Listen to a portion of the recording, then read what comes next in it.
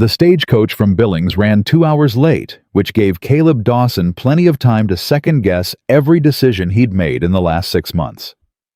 He stood outside the relay station with his hat in his hands and his stomach doing something it hadn't done in years. Not quite nerves. Something closer to the feeling he got before a hard winter, that particular stillness in the air that tells a man something is coming, and he's not entirely sure he's ready for it. He'd been a widower for 4 years. 4 years of managing the ranch alone, cooking badly, sleeping on his side of a bed that felt about 3 times wider than it used to. His foreman, a steady man named Amos, had finally said what everyone around him had been thinking. "You need a partner, Caleb. Not a housekeeper. A partner." So he'd written to the agency in Boston, filled out their forms, answered their questions honestly, described himself as 36 rancher widower, no children, reasonably patient, not much for conversation, but not unkind. Described the ranch as modest but solid. Described Montana as hard but honest. He'd received a letter back from a woman named Eleanor Hart. Her handwriting was careful, precise. Every sentence measured like she'd written each one twice before committing it to paper. She described herself as 28, educated, capable of hard work, accustomed to managing a household. She said she was looking for a fresh start in a place where the air was clean and the past couldn't follow quite so easily. That last line had stayed with him. A place where the past couldn't follow quite so easily. He'd read it 3 times and hadn't written back to ask what she meant. He figured a person had a right to their reasons. They'd exchanged 7 letters over 6 months. She was intelligent, that came through clearly. She asked good questions about the ranch, the land, the seasons. She asked about his neighbors. She asked what the winters were actually like, not the polite version people told strangers. She didn't ask much about him personally, and he didn't push. He figured they had time. The stagecoach finally rolled in just past 3 in the afternoon. 3 passengers climbed down. A traveling merchant who went straight for the station door. An older couple who were met immediately by family. And then her. Eleanor Hart stepped off the stagecoach and reached for the rail at the last second, her knees dipping in a way that made Caleb's chest tighten before he even knew why. She caught herself, straightened, released the rail like she hadn't needed it at all, picked up her single suitcase and turned to face whoever was waiting. She was beautiful. That registered somewhere in the back of his mind the way a fact registers noted, filed away, not dwelt on. What he actually focused on was everything else. The way she held her body. Too careful, too controlled. Every movement slightly deliberate, like a woman who'd learned to calculate the cost of moving wrong. The way her eyes swept the area before they settled on him. Not curious. Assessing. The eyes of someone who'd learned to read a room for danger before reading it for anything else. The way she didn't smile when she recognized him, or rather when she figured out he must be him because she didn't know his face any more than he knew hers. Most men would have walked forward with their hand out and a big grin tried to put her at ease with noise and motion. Caleb stayed where he was. He gave her the distance to come to him on her own terms. She crossed the yard steadily, stopped 3 feet away, met his eyes directly that surprised him a little. Whatever she wasn't a shrinking woman. "Mr. Dawson," she said. "Miss Hart." He nodded once. "Welcome to Montana." A pause. She seemed to be waiting for something more, words maybe, or some kind of assessment of her that she was bracing for. When neither came, something shifted almost imperceptibly in her expression. "Is it always this cold in September?" she asked. "No," he said. "Sometimes it's colder." She looked at him for one moment, and then not quite a smile, but the shadow of one. The ghost of something that had once lived in her face and hadn't fully died. "Good to know," she said. He reached for her suitcase. She didn't let go immediately. Just a half-second, fingers tightening on the handle before she released it, and he pretended not to notice. Just took the bag and turned toward the wagon without comment. They rode the first mile in silence. It wasn't uncomfortable silence. It was the silence of 2 people who understood that words cost something and weren't going to spend them carelessly. Then Caleb said without looking at her, Did you have anything to eat today?" She turned to look at him. He kept his eyes on the road. "I had something at the last station," she said, "early this morning. There's food at the ranch. Martha Callahan from the neighboring spread left a pot of stew last night. She figured you'd be tired when you arrived." Eleanor was quiet for a moment. That was kind of her. Martha's a good woman. She lost her husband 3 years back, runs her place alone. She'll want to meet you when you're ready. No rush on that. Another silence. Then Eleanor said carefully, "You said in your letter the winters start early here. Mid-October usually, some years late September. And you manage the ranch with just yourself and your foreman." "Amos in 2 hands. Amos has been with me 12 years. A beat. He's a little suspicious of strangers, but he comes around. I can manage suspicious," she said quietly. He glanced at her, then just briefly. She was looking straight ahead at the road, and something in her profile told him that sentence had come from a much deeper place than small talk. She's been managing suspicious her whole life, he thought, and said nothing. The ranch house was plain and solid and clean in the way that a man's house is clean when he's tried harder than usual. Eleanor noticed that immediately. She noticed, too, that the bedroom door, her bedroom had a lock on it. A new one from the look of the hardware, recently installed. She stood in the doorway for a moment staring at that lock. Behind her, Caleb set down her suitcase and said as if remarking on the weather, "I figured a woman living in a strange place with a man she doesn't know ought to have a lock on her door. Keys on the dresser." She turned around slowly. He was already walking back toward the kitchen, his back to her, giving her space to have whatever reaction she needed to have without an audience. Eleanor stood there in the doorway of that room for a long time after he left. She'd lived in a house for 6 years, where the locks worked against her, not for her.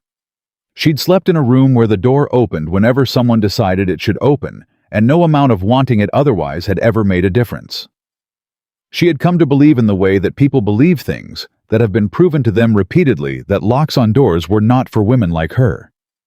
She picked up the key from the dresser, held it in her palm. Small piece of iron. Almost nothing. It felt like the most important object she'd ever held. She set it back down, unpacked her suitcase with methodical care, and went to help with supper. The kitchen was warm and smelled like wood smoke and the stew Martha had left.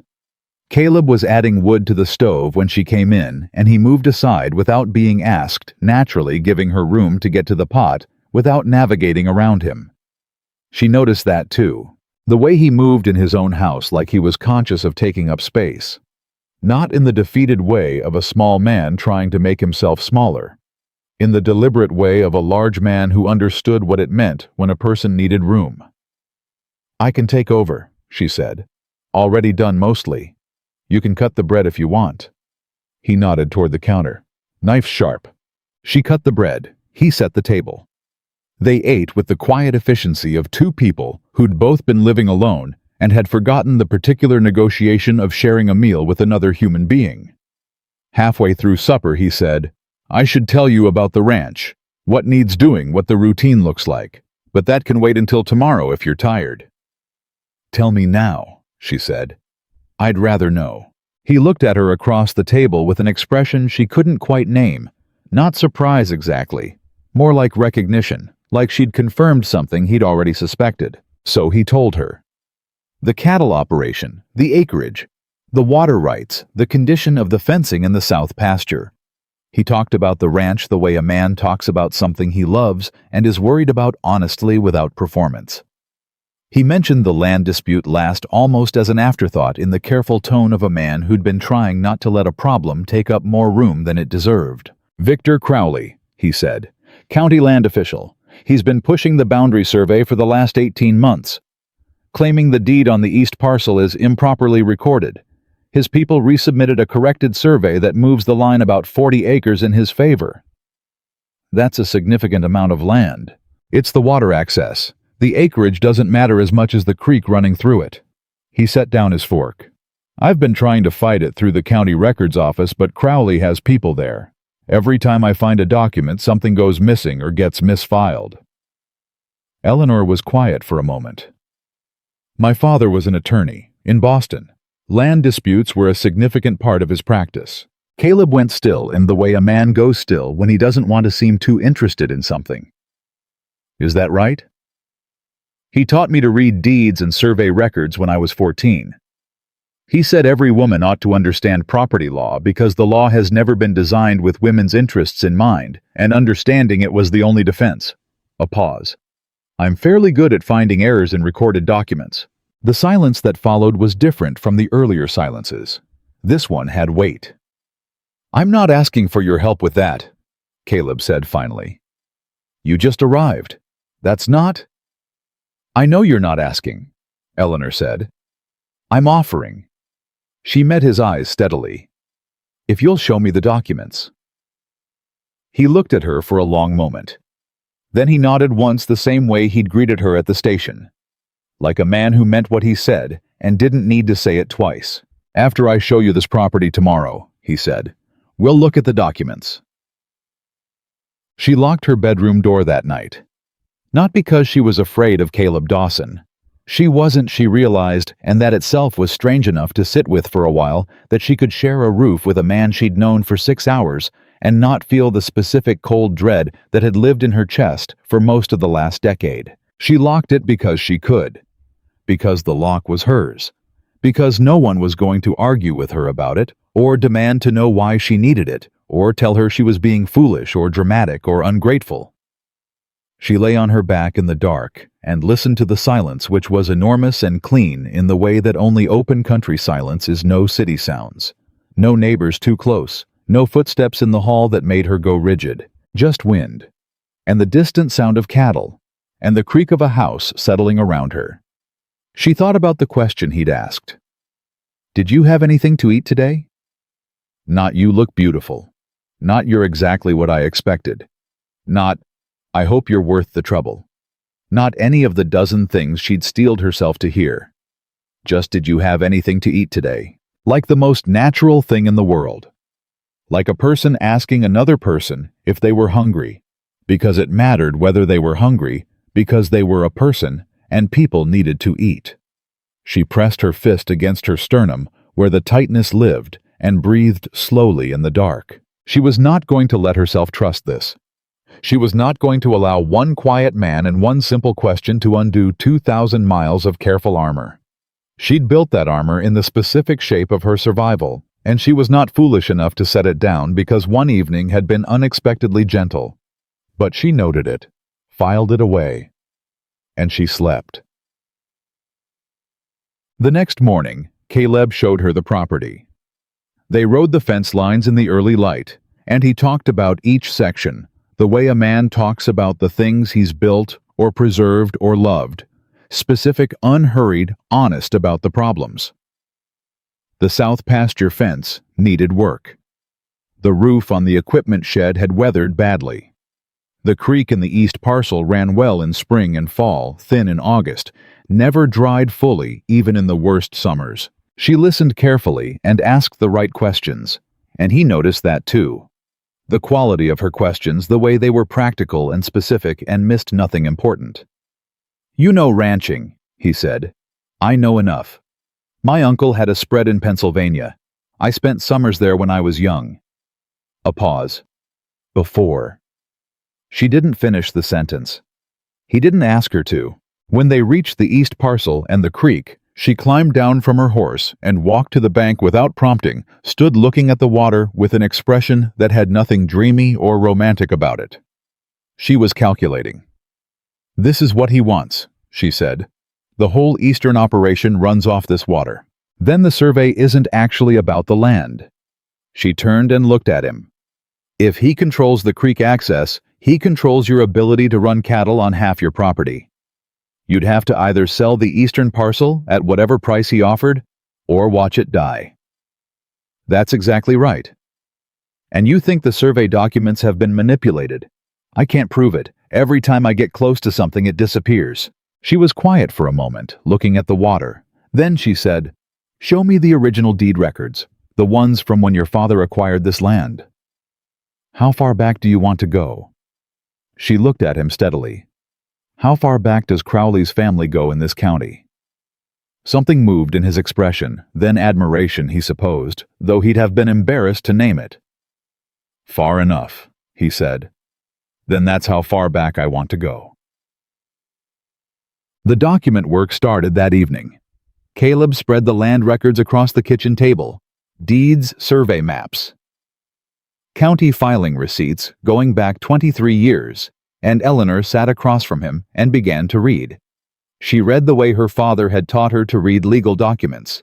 Not for the content first, for the form, for the pattern, for the place where the pattern broke. Caleb watched her work and tried not to watch her work because there was something in the focused intensity of her concentration that felt private, like watching a person pray. He made coffee. He checked the documents she finished with and tried to follow her logic, and mostly succeeded. An hour in, she stopped. This filing date, she said, 1879. He came around the table, looked where she was pointing. What about it? This surveyor's mark. She put her finger on a small notation in the margin of the original survey. See the way the number 8 is formed. The top loop is closed, very distinctive. He looked, saw it. Now look at the corrected survey Crowley's office filed last year. She pulled the second document alongside it. Same surveyor's name, same mark, except... He saw it before she finished. The 8 was different. Open top. Different hand. The corrected survey wasn't filed by the same surveyor, he said. It was filed by someone imitating his mark. She sat back. Your original surveyor died in 1883. I saw his obituary listed in the county death records your lawyer included in this packet. Whoever filed the correction learned to copy his notation well enough to pass casual inspection, but nobody who knew his actual hand would have missed it. The silence in the kitchen was different from all the previous silences. This one crackled. Eleanor. His voice came out different than he intended. She looked up. How did you find that in an hour? Something crossed her face, complicated, layered. Something that was fighting with itself. She looked down at the documents again before she answered.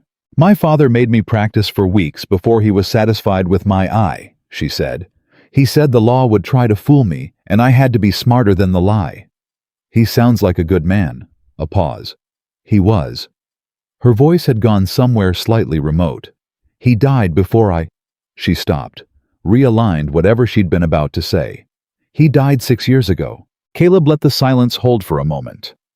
Then he said quietly, I'll write to the county land records office in Helena, the territorial capital. Crowley doesn't have reach up there. Eleanor nodded, still not looking up from the papers. Thank you, he said, for this. She shook her head slightly, like the thanks made her uncomfortable. I'm useful, she said almost to herself. The words came out like something she was reminding herself of, or maybe proving. I'm still useful. He didn't respond to that directly. He just pulled another stack of documents toward himself and sat down across from her and kept working. And she stayed at that table past midnight, and the lamp burned low, and neither of them mentioned stopping. 3 weeks into Eleanor's time at the ranch, Martha Callahan came to call. Eleanor heard the wagon first and felt the familiar pull of wariness, even here. Even after 3 weeks of nothing happening, some part of her still cataloged every new arrival as a potential threat. She was learning to recognize that reflex for what it was. She hadn't yet learned to fully stop it. Martha climbed down from her wagon and was already talking before she'd fully reached the porch. She was a broad, energetic woman with gray streaking her hair and sharp eyes that missed nothing but managed to look kind while missing nothing, which Eleanor recognized as a particular kind of skill. You must be Eleanor, Martha said, reaching out and taking her hand in both of hers. Not a handshake, more like a claiming. I'm Martha Callahan. I've been Caleb's nearest neighbor for 14 years, and I am purely delighted to have another woman within shouting distance of this valley. You have no idea. Eleanor blinked. I've heard a great deal about you. Caleb talks about me. He said you were a good woman. Martha made a sound that was approximately a laugh. That man gives compliments the way some people give money, careful and rare, which means when he does it, you know he means it. She released Eleanor's hand and looked at her with those sharp, kind eyes. You settling in all right? Yes, Eleanor said. And then, because something in Martha's directness made evasion feel rude, it's different than I expected. Different how? Eleanor considered. Quieter, she said finally. I expected the ranch to be demanding, urgent. I expected to feel behind from the first day. And instead, it's just one thing after another, in order, without anyone panicking. A pause. I'm not used to that. Martha studied her for a moment with an expression that managed to be both gentle and completely clear-eyed. Where you came from, she said carefully. There was a lot of panicking. Eleanor met her eyes. There was a lot of everything. Martha nodded slowly. Well, she said, you're here now, and in my experience here has a way of eventually becoming home if you let it. She tilted her head toward the house.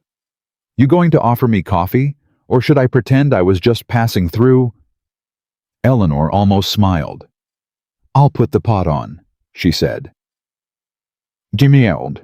Martha stayed 3 hours, which was long enough for Eleanor to understand that she was being befriended genuinely, not out of obligation or curiosity about her history, by a woman who had decided to do it and wasn't going to be discouraged by a quiet manner or careful answers. Caleb came in from the south pasture mid-afternoon and found them at the kitchen table with the remains of coffee and the spread of land documents between them, because Eleanor had ended up explaining what she'd found in the survey records, and Martha had turned out to have very pointed opinions about Victor Crowley that she was happy to elaborate on at length.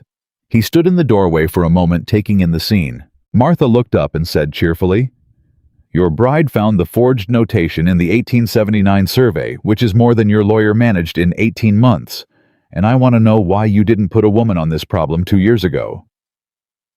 Caleb looked at Eleanor. She looked back at him with an expression that was very carefully neutral, but something in her eyes was alive. Alert in a way he hadn't seen yet.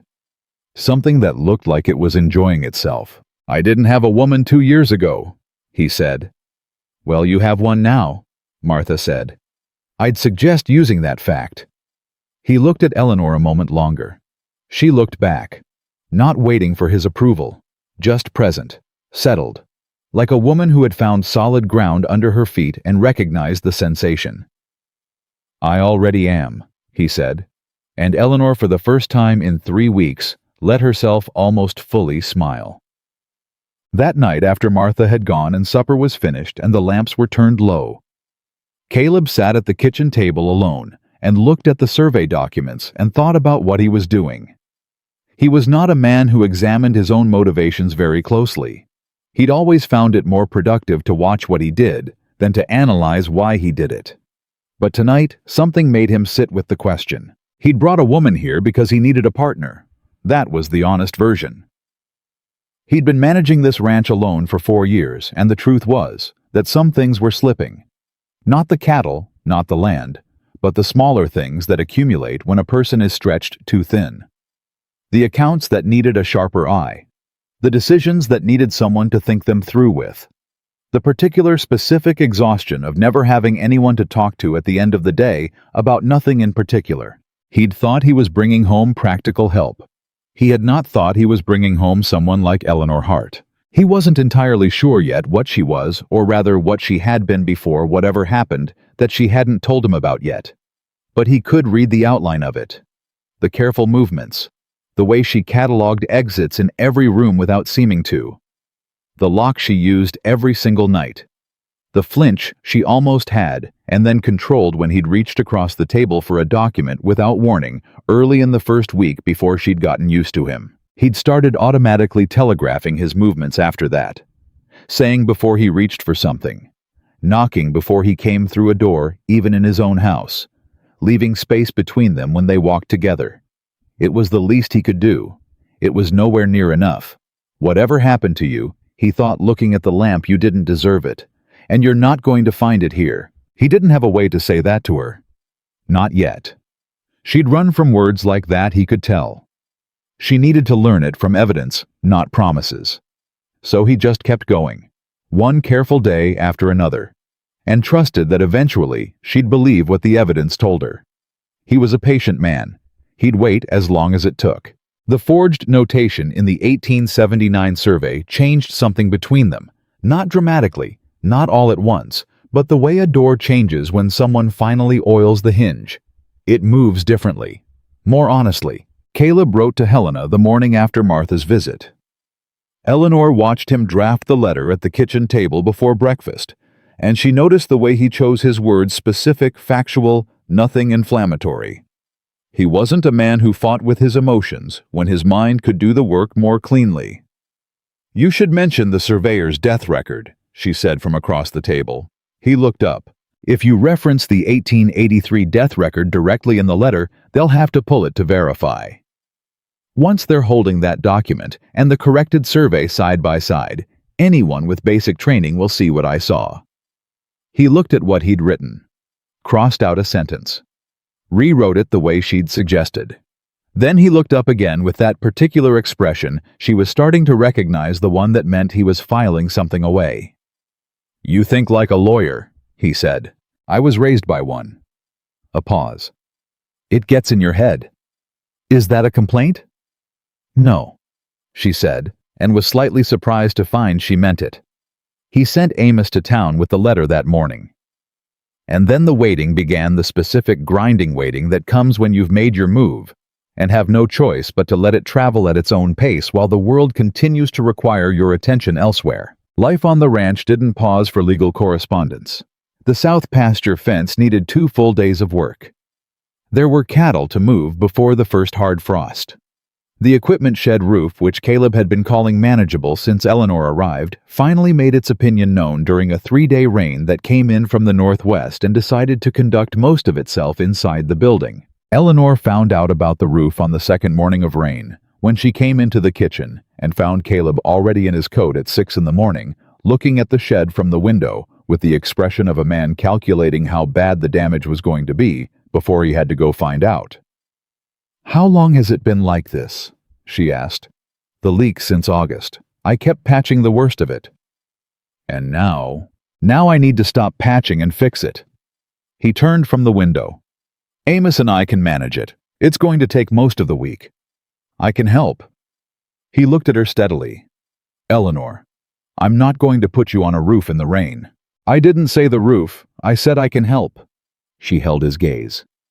"Show me what needs to be brought out and dried, what needs to be inventoried for damage, what records you keep in there that need to be protected. I can manage all of that while you and Amos handle the structure." He studied her for a moment, the way he had a habit of doing when she surprised him, not condescending about it, just genuinely recalibrating. Then he nodded. "All right, after breakfast." They worked in the rain all day. Not together exactly. He was on the roof with Amos while she worked below, but in the particular comfortable parallel of people who have figured out how to share a problem without getting in each other's way. She moved equipment, sorted what was salvageable, kept a running account of what needed replacement and what could wait. By midday, she had a list that was more organized than anything currently in his ranch ledger. When Caleb climbed down at noon and she handed him the inventory, he stood reading it in the rain for a full minute without saying anything. "What?" she said. "Nothing." He handed it back. "It's good. It's very good." He paused. "You counted the spare harness hardware separately." "Because the cost is different, and you'll want to know the replacement figure by category when you talk to the feed and supply man in town." "I will," he said. "I wouldn't have thought to break it down that way. My father had me keep his office accounts from the time I was 16. She rolled the papers to protect them from the rain. "He said numbers either tell the truth or tell a lie, and you have to know which one you're getting." Caleb looked at her for a moment with something that was quiet and direct and not easily named. "He taught you well," he said. "He tried." She looked away. "I was better at the numbers than at everything that came after." He didn't ask what that meant. He put his hat back on and went back up the roof. And Eleanor went back to her inventory, and the rain kept coming, and neither of them said anything else about it. but she'd said something she hadn't planned to. And the strange thing, the thing she turned over in her mind that evening with the lamp burning and the rain still tapping, was that saying it hadn't felt like losing ground. It had felt almost like the opposite. The letter from Helena came back in 11 days. Amos brought it from town on a Tuesday morning and set it on the kitchen table without ceremony, and Caleb looked at it for a moment before he picked it up with the expression of a man who has learned not to assume good news. Eleanor watched from the doorway. He opened it, read it again. His jaw tightened, then released, then went very still in the way that meant he was making himself be calm about something. "Well," she said. He set the letter on the table and turned it so she could read it. The County Land Records Office in Helena had received his letter. They had reviewed the documents he referenced. They found his concerns. The letter used the word concerns with the particular careful neutrality of bureaucrats who hadn't decided yet which side of a situation was going to be more trouble to be worthy of further review. They were requesting the original survey documents be submitted in person by a duly authorized representative of the Dawson Ranch to the Helena office within 30 days. "That's not a refusal," Eleanor said. "It's not a confirmation either." "No, but it's not a dismissal." She read the letter again. They used the phrase duly authorized representative.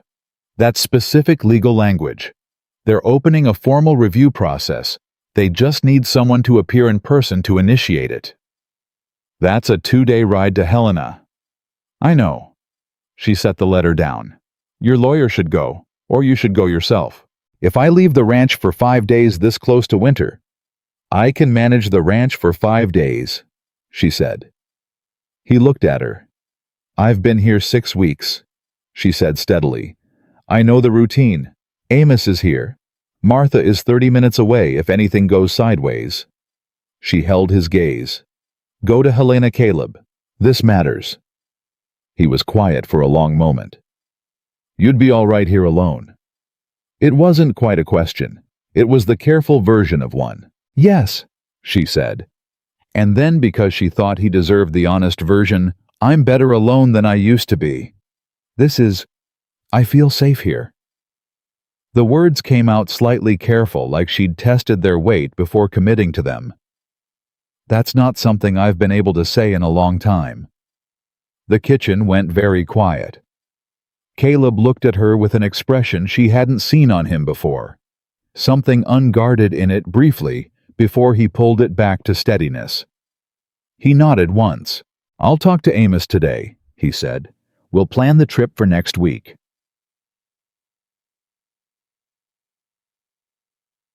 He left on a Wednesday.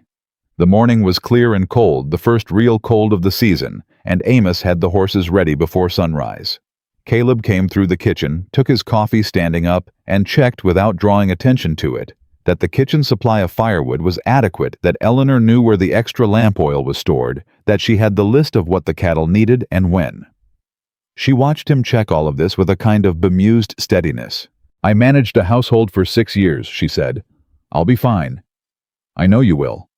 He put his cup down. "I'm not checking because I don't think you can manage. I'm checking because—" He stopped, started again. "It's a habit, making sure everything's in order before I leave. It's got nothing to do with you." She tilted her head slightly. "What was her name?" He went still. "Your wife," Eleanor said quietly. "You don't have to answer that." A pause. Then Sarah. "How long were you married?" 8 years. He looked at the cup. "She got sick in our 9th winter. Influenza. It went fast." He was quiet for a moment. "After that, I checked everything twice before I went anywhere. Like if I'd checked more carefully before I could have—" He stopped, let out a short breath. "I know that's not rational." "No," Eleanor said. "But grief isn't rational. It just is." He looked at her then, really looked at her. "No," he said. "It just is." They stood in the kitchen for a moment in that particular silence that happens when two people have told each other something real and don't know yet what to do with the weight of it. Then Caleb picked up his hat. I'll be back by Sunday, Monday at the latest. I'll have supper ready. You don't have to. I know I don't have to, she said. I'll have it ready. He almost smiled. She was starting to recognize when he was almost smiling, the slight shift at the corner of his mouth, the way his eyes warmed a degree. It was a quieter version of what most men did, but it was more honest for being quiet. He went out the door. She listened to the horses leave. And then she stood in the silence of the ranch house and waited to feel afraid the way she always felt afraid when she was alone. It didn't come. What came instead was something she didn't have a word for yet. Something that felt like space, like room to breathe, like the particular strange relief of being somewhere safe enough that alone didn't mean dangerous. She turned back to the kitchen and started planning her week. She managed. More than managed. In the 5 days Caleb was gone, she reorganized the ranch accounts ledger in a way that would save him 3 hours every month.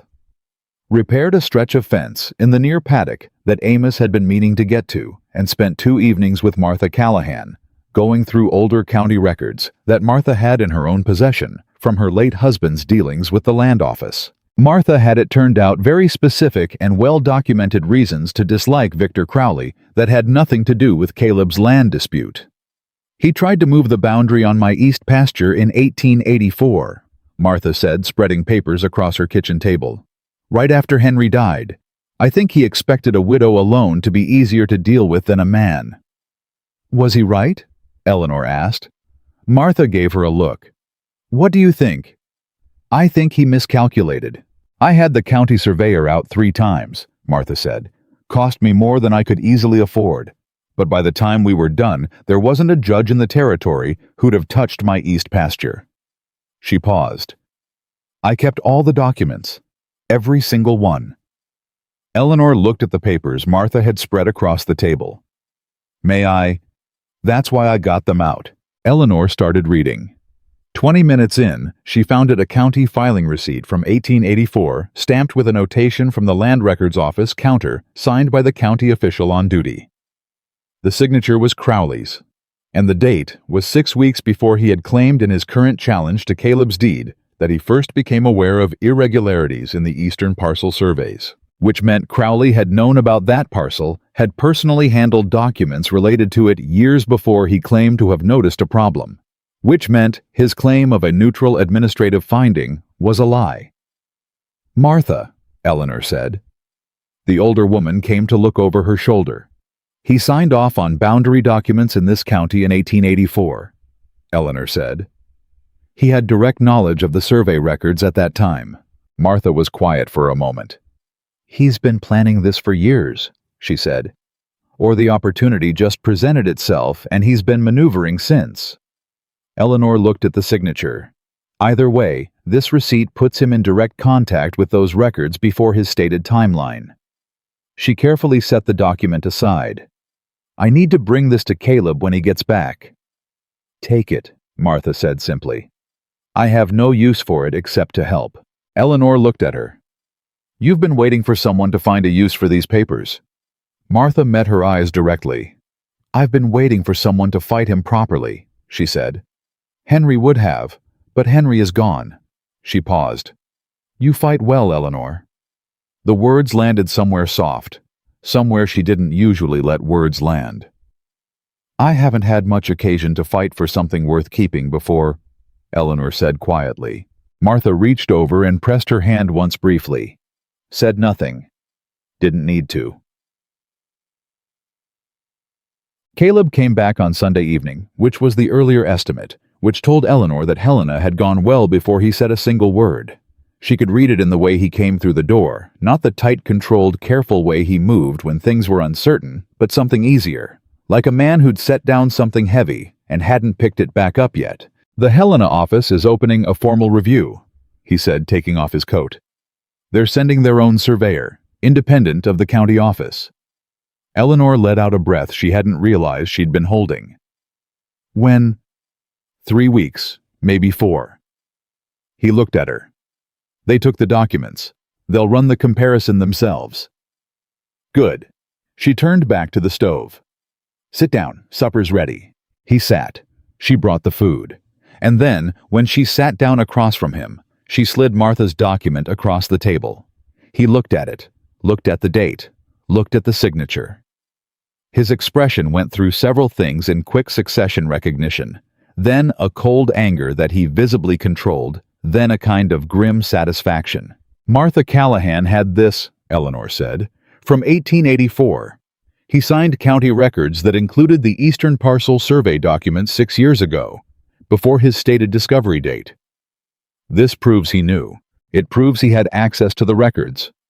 Proving intent is harder, but this puts him in direct contradiction of his own filed timeline. She met Caleb's eyes.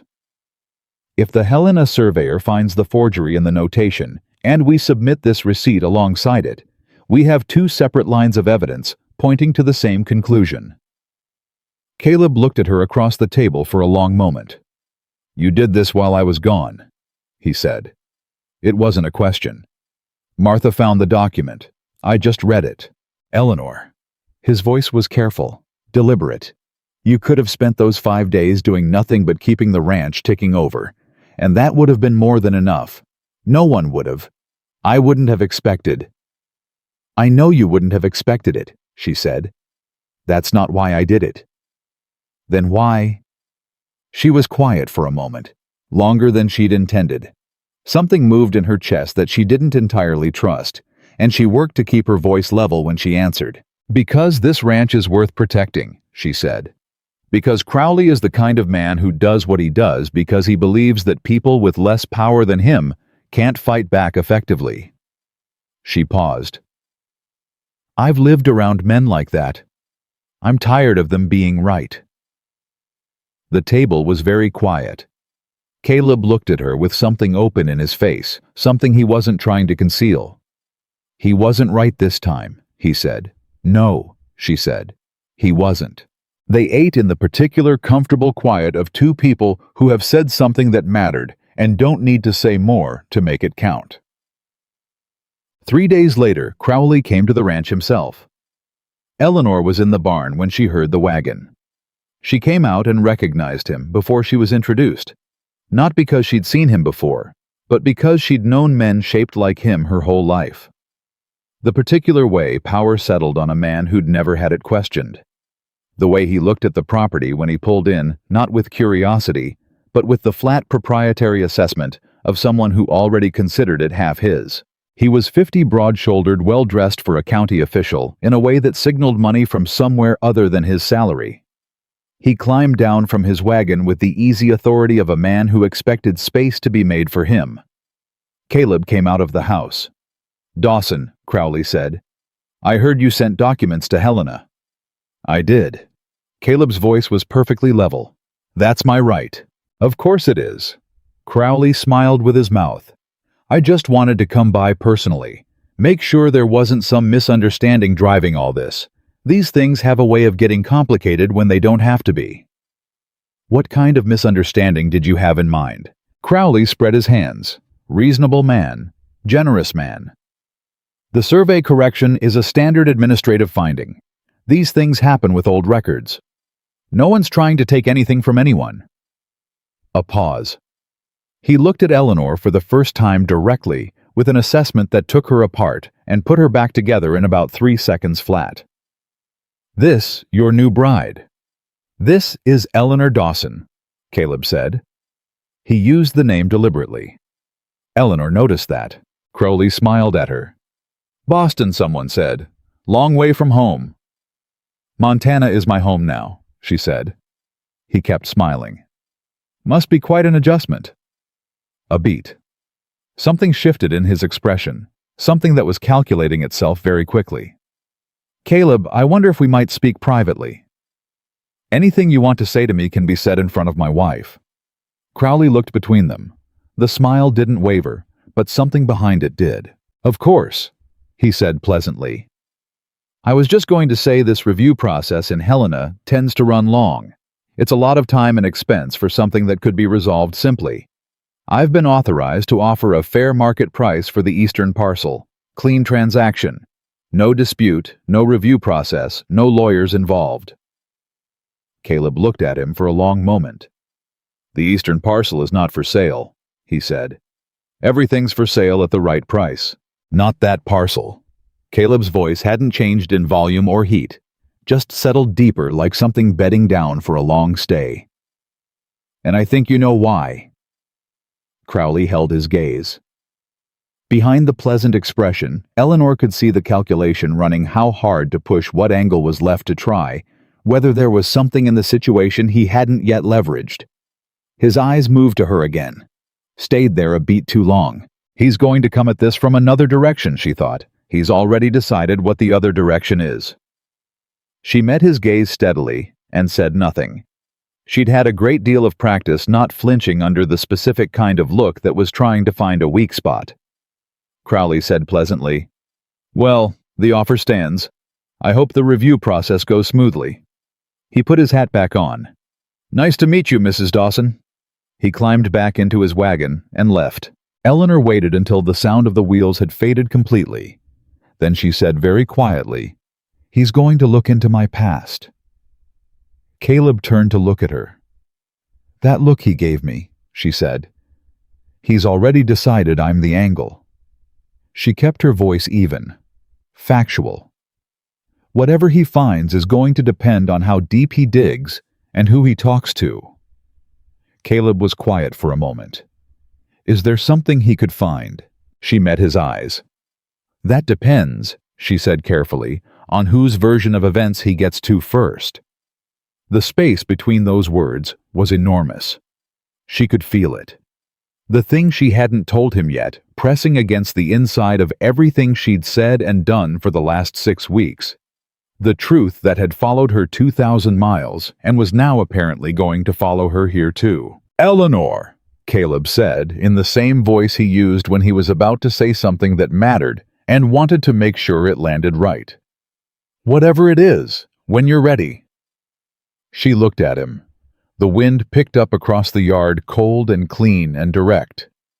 "I know," she said.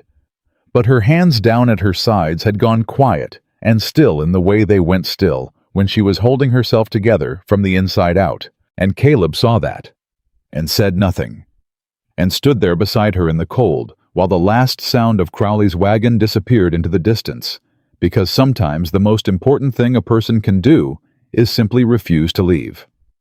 Crowley didn't come back. That was almost worse. A man who came back, you could watch.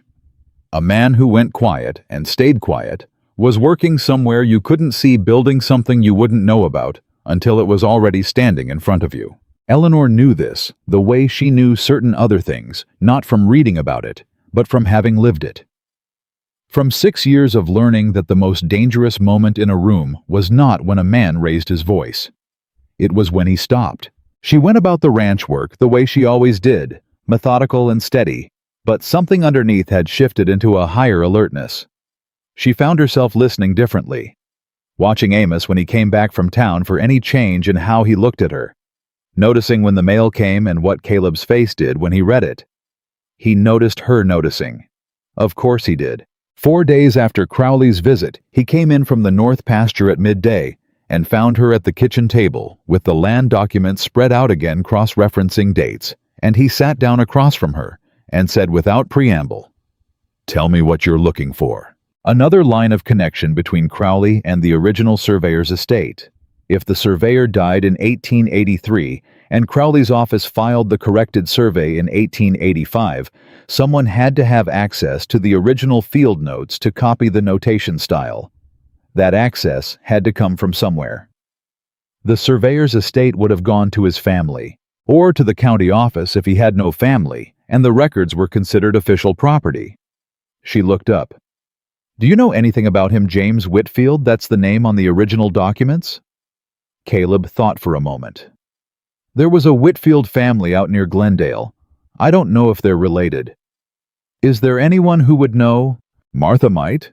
Or Reverend Cole in town. He's been here 30 years and knows every family history in the county." A pause. "Eleanor." His voice changed slightly, got that careful quality. "You don't have to run yourself ragged on this." "I'm not running myself ragged. I'm thinking." She met his eyes. Thinking keeps me from doing the other thing. What other thing? She looked back at the documents. Waiting for something bad to happen, she said quietly. I've spent a lot of my life waiting for the next bad thing. Work gives me somewhere else to put my attention. He was quiet for a long moment. I'll ride out to Reverend Cole tomorrow morning, he said. You want to come? She looked up again, slightly surprised. 2 sets of ears, he said simply. And you'll know which questions to ask. She held his gaze for a moment. Something in her chest did that thing it had been doing with increasing frequency, that shift, that slight giving way, like ice that has been cold so long, it's forgotten, it's capable of anything else. And then one warm day arrives, and the surface begins to change. Yes, she said. I'll come.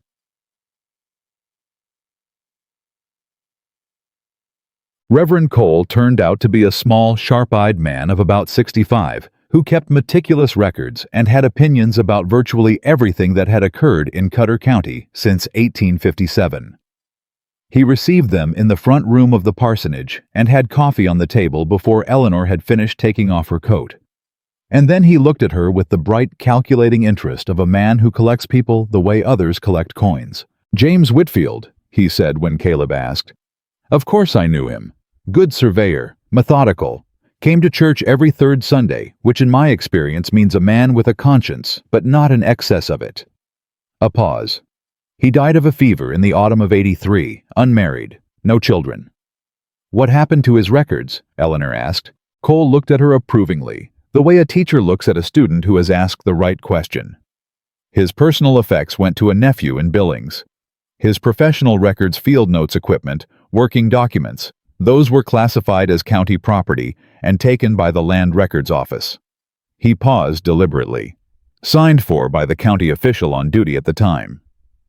Eleanor felt it before he said the name. The specific cold certainty of a thing falling into place. Victor Crowley, she said. Cole looked at her over his coffee cup. You did your reading, he said. Martha Callahan had records from 1884. Crowley's signature appeared on county filings around that time. She kept her voice level. He took possession of Whitfield's professional records personally. He did. Cole set down his cup. I thought it was irregular at the time. Said so to the county board. Was told it was standard administrative procedure. He paused. I wrote it down. I write everything down. Caleb looked at the Reverend very carefully. Do you still have that record? Cole stood up without another word and went to a cabinet in the corner of the room. He came back with a ledger, the kind that churches use for membership and event records, and opened it to a page from October 1883. He turned it and slid it across the table. Eleanor read it. The entry was brief and precise, a notation that James Whitfield's county survey records had been removed from the records office on the 14th of October by V. Crowley County land official without formal transfer documentation against the concern of this witness. Caleb read it over her shoulder. His breath went out slowly. Will you attest to this? Eleanor asked Cole. Formally, if there's a review hearing. Cole looked at her with steady, clear eyes. Young woman, he said, I have been waiting 8 years for someone to ask me that question. They rode back to the ranch in a silence that had texture to it, full and fast-moving, the silence of two people processing the same information from different angles simultaneously. Eleanor's mind was already 3 moves ahead, assembling the evidentiary sequence, the order in which documents needed to be presented, the way the Helena surveyor's findings would need to align with the timeline they were building. Caleb spoke first, and what he said wasn't about the legal case at all. You're good at this, he said. She glanced at him. I told you my father taught me. It's more than that. You know how to talk to people, how to ask questions without making them feel interrogated. A pause. Cole was ready to give us everything in the first 30 seconds of talking to you. He wouldn't have done that for a lawyer. He'd made up his mind before we arrived, Eleanor said. He just needed a reason to open the cabinet. You gave him the reason. She was quiet for a moment.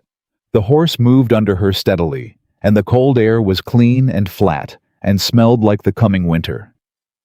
I used to have to be very careful about how I asked for things, she said finally. Learning to phrase a question so it couldn't be turned against you, that was survival, not skill. The words dropped into the quiet between them, and neither of them moved to fill the space immediately.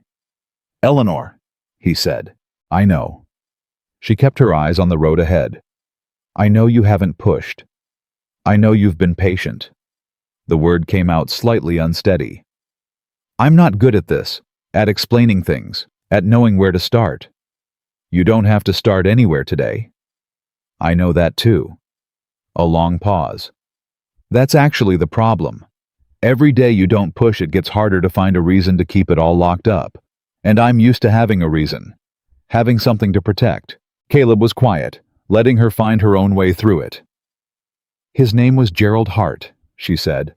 I took his name when we married, and I've kept it because it's the one that's on my travel documents, and I didn't see the need to explain the story to an agency. She paused. That's the first lie. There are a few others that aren't exactly lies, but aren't the full truth either. All right, Caleb said. You're not going to ask what they are. Not on a cold road in November, no. She looked at him. He was watching the road ahead, his profile steady and unremarkable against the gray sky, and she thought, this is what a patient man actually looks like. Not passive, not weak, just genuinely at peace with waiting for something real. Tonight, she said. After supper, I'll tell you. Only if you want to. I want to, she said. I want to before Crowley's version gets there first. Yeah, she told him after supper. She didn't plan how to start. She'd spent 6 weeks finding reasons to delay, and the reasons had run out, and so she simply sat across from him at the cleared kitchen table with her hands wrapped around a coffee cup, and began at the beginning, which was a dinner party in Boston in 1878 when she was 19 years old, and Gerald Hart had looked at her across a room with the specific focused attention that she had not yet learned to recognize as a warning sign. She told him about the courtship, which had been swift and convincing, and full of the kinds of gestures that look like devotion from the outside. She told him about her father's approval, which had meant everything to her at 19, and had not outlived the first year of the marriage. She told him about the way things changed, not all at once, never all at once, but the way a room gets dark so gradually that you don't quite notice when you stopped being able to see clearly. She told him about the first time Gerald hit her. She told him what she'd told herself after that it was an accident, that he'd been under strain, that she must have said something wrong, that she needed to be more careful. She told him how long she'd believed those things, and how much evidence had been required to finally stop believing them. She told him about the stairs. October 1884. The argument about money, or what started as an argument about money, which became an argument about everything else that had been building for 3 years, and the way Gerald's face had gone past anger into something flat and decided, and her own back hitting the railing, and then the fall. She stopped. Her hands tightened on the coffee cup. Caleb didn't move, didn't make a sound, just present, solid, utterly still. I was in hospital for 2 weeks, she said. Broken ribs, my left shoulder, other things. She paused. Gerald told everyone I had slipped. Everyone believed him. He was good at being believed. She told him about the months after the stairs. The way she'd finally methodically understood that the next time would kill her, not because she knew Gerald consciously planned it, but because the trajectory of things had a direction, and she could finally read it clearly. She told him about her father's old law partner, who had helped her quietly access a small trust her father had left that Gerald hadn't been able to touch. She told him about the night she left. She told him about Gerald's death, 8 months after she'd left, a riding accident outside Boston. She told him that she hadn't grieved, and that not grieving had been its own kind of weight to carry. She told him that there had been questions afterward. Some of Gerald's family had raised them quietly, implications that her leaving and his death were not unconnected events. There was never any formal accusation, she said. Nothing was ever filed, but the questions existed. They still exist. If Crowley digs into Boston records and talks to the right people... She stopped. The wrong people. She looked up from the cup and met Caleb's eyes for the first time in a long while. That's what he'll find. A widow who left her husband and whose husband died shortly after. That's the version that can be made to look like something it isn't. The silence in the kitchen was total. Caleb looked at her for a long, steady moment. His face was not shocked. It was not pulling away into judgment or suspicion. It was concentrated, like a man who has been given something important and is making sure he holds it correctly. "How long?" he said quietly. "Have you been carrying all of that by yourself?" The question hit her in a place she hadn't known was still exposed. Not "did you do it?" Not "how do I know you're telling the truth?" Not "this changes things." Not any of the questions she had spent years dreading, that she had rehearsed answers to in her sleep, that she had braced for every day since leaving Boston. Just how long have you been carrying all of that by yourself? Like the weight of it was the thing that mattered. Like the duration of the carrying was something he found genuinely unbearable to think about. The walls she had built, the ones made of careful words, and measured distances, and locked doors, and deliberately unrevealing answers to questions nobody asked directly. They didn't fall slowly. They didn't crumble. They simply failed. All at once. Like a structure that had been held up entirely by tension, and the tension just released. Eleanor cried, not quietly the way she'd cried before in her life. Controlled, private, something to be finished before anyone could see it and use it against her. She cried the way a person cries when they have not cried honestly in years, and the body has decided it will no longer cooperate with the pretense that everything is fine. Great, wrenching, uncontrolled, ugly crying that she could not have stopped if she had tried. She didn't try. Caleb didn't move to her immediately. He didn't rush around the table to fix it. He sat very still for a moment, giving her the first few seconds of it, because those seconds belonged to her. And then he stood and came around the table and crouched down beside her chair, so he was not above her, not looming over her, and he put his hand over hers on the table, just his hand over hers, and he said nothing at all. Not one word, and that was exactly, precisely, perfectly right. She cried until it ran out. It took a while. When it finally did, she was wrung out and slightly embarrassed, and entirely unable to care about the embarrassment, which was itself a strange new sensation. She looked at him. His hand was still over hers. "I don't do that," she said hoarsely. I haven't." "I know," he said. "I don't want you to think, Eleanor." His voice was very quiet, very certain. "I think you survived something that would have destroyed most people. I think you made it across 2,000 miles alone on the strength of sheer will. And I think you've been holding yourself together with both hands for so long that you forgot you don't have to do it by yourself anymore." She stared at him. "Whatever Crowley finds," he said, "whatever version he brings to whatever room, I know who you are. I've been watching who you are for 6 weeks." His hand pressed slightly over hers. "Nobody is going to use your past against you while I'm standing. That's not a promise I'll break." She had to look away. The directness of it was almost too much. She'd spent so long being seen in ways that hurt, that being seen in a way that didn't, it had its own particular, unbearable quality. "You don't know me well enough to promise that," she said. "I know you well enough," he said simply. She looked back at him.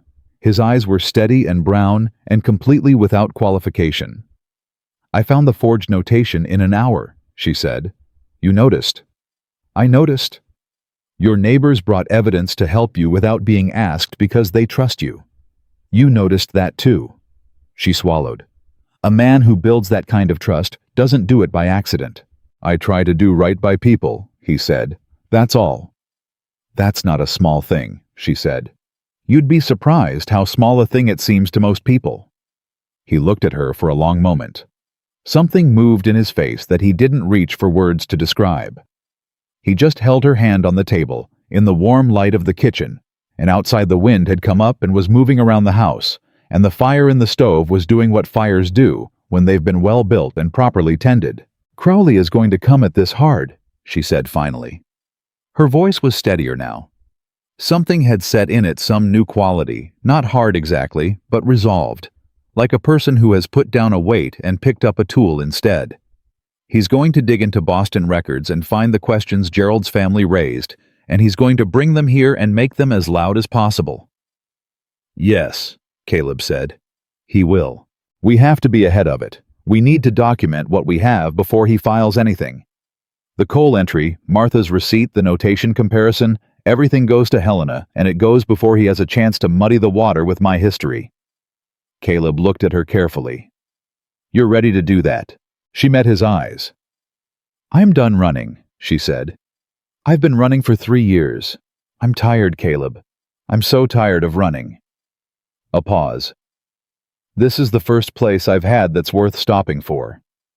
The words hung in the air between them, weightless and enormous at the same time.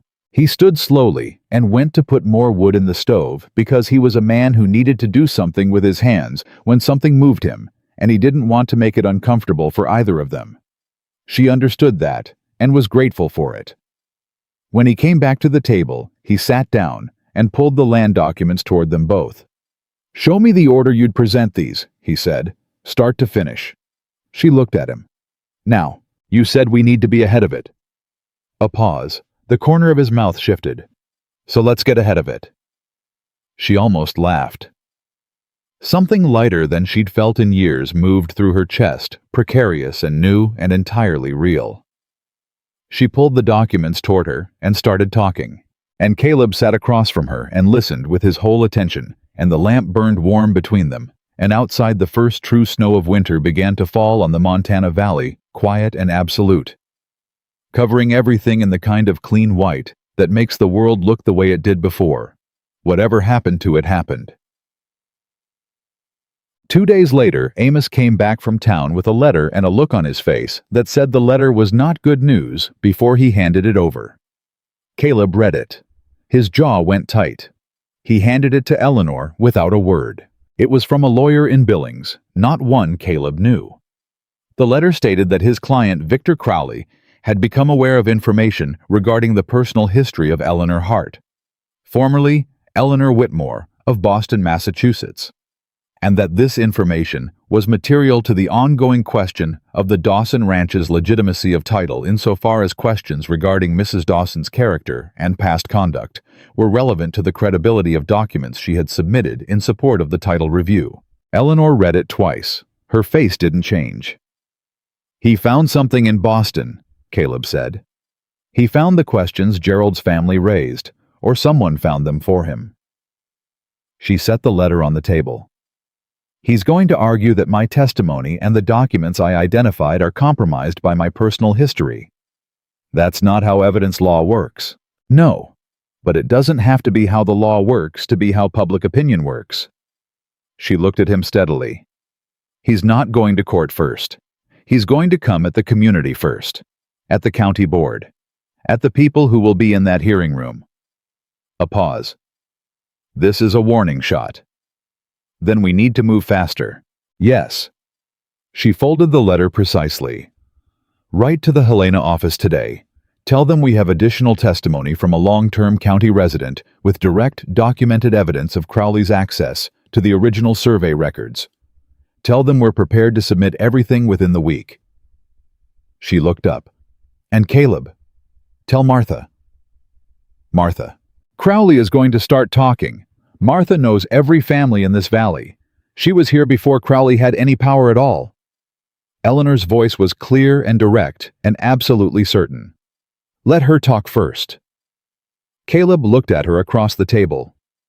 You trust her, he said. I trust what I've seen, Eleanor said. And what I've seen is a woman who's been waiting 8 years to fight this man properly. She met his eyes. Let's not make her wait any longer. Martha moved fast. That was the thing about Martha Callahan that Eleanor had understood intellectually, but hadn't fully seen in action. Until now, the woman did not deliberate once she'd made up her mind. Caleb rode out to her place on Wednesday morning to tell her what Crowley's lawyer had sent. By Wednesday evening, Martha had already spoken to 4 families in the valley.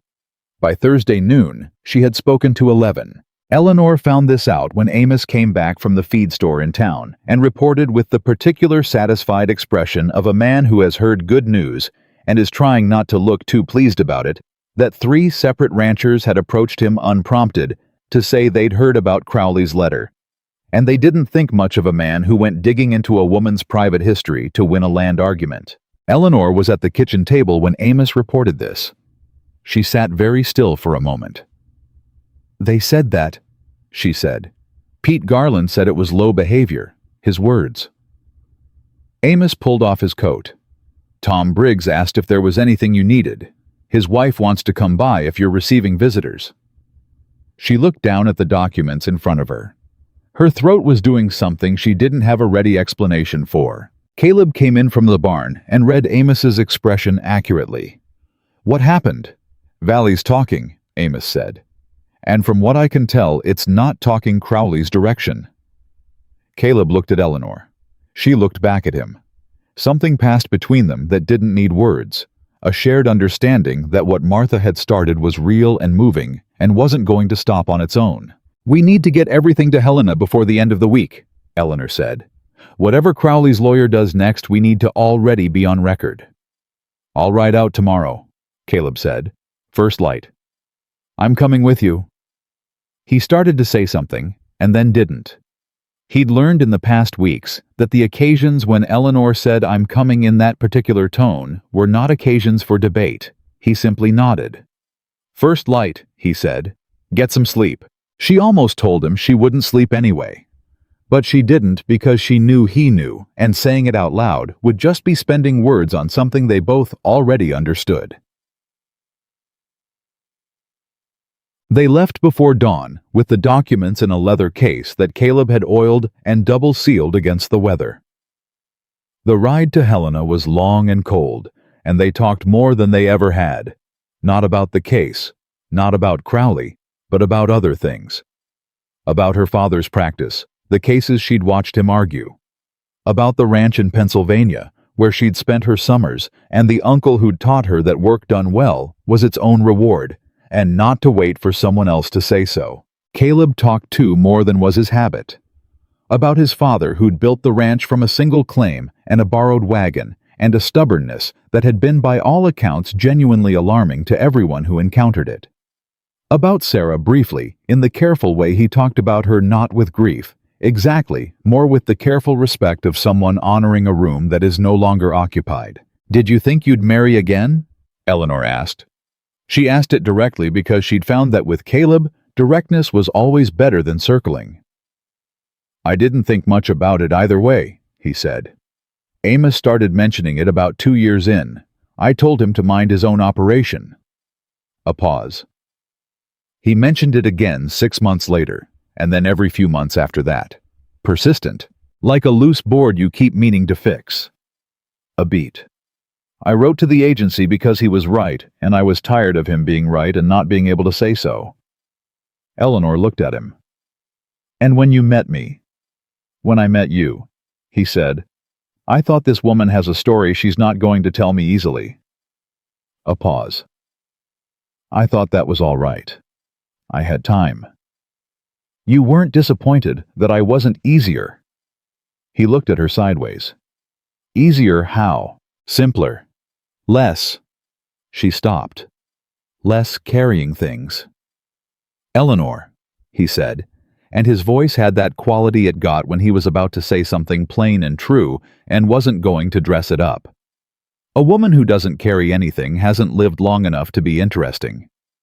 He looked back at the road. "I'm 36 years old. I don't need easy.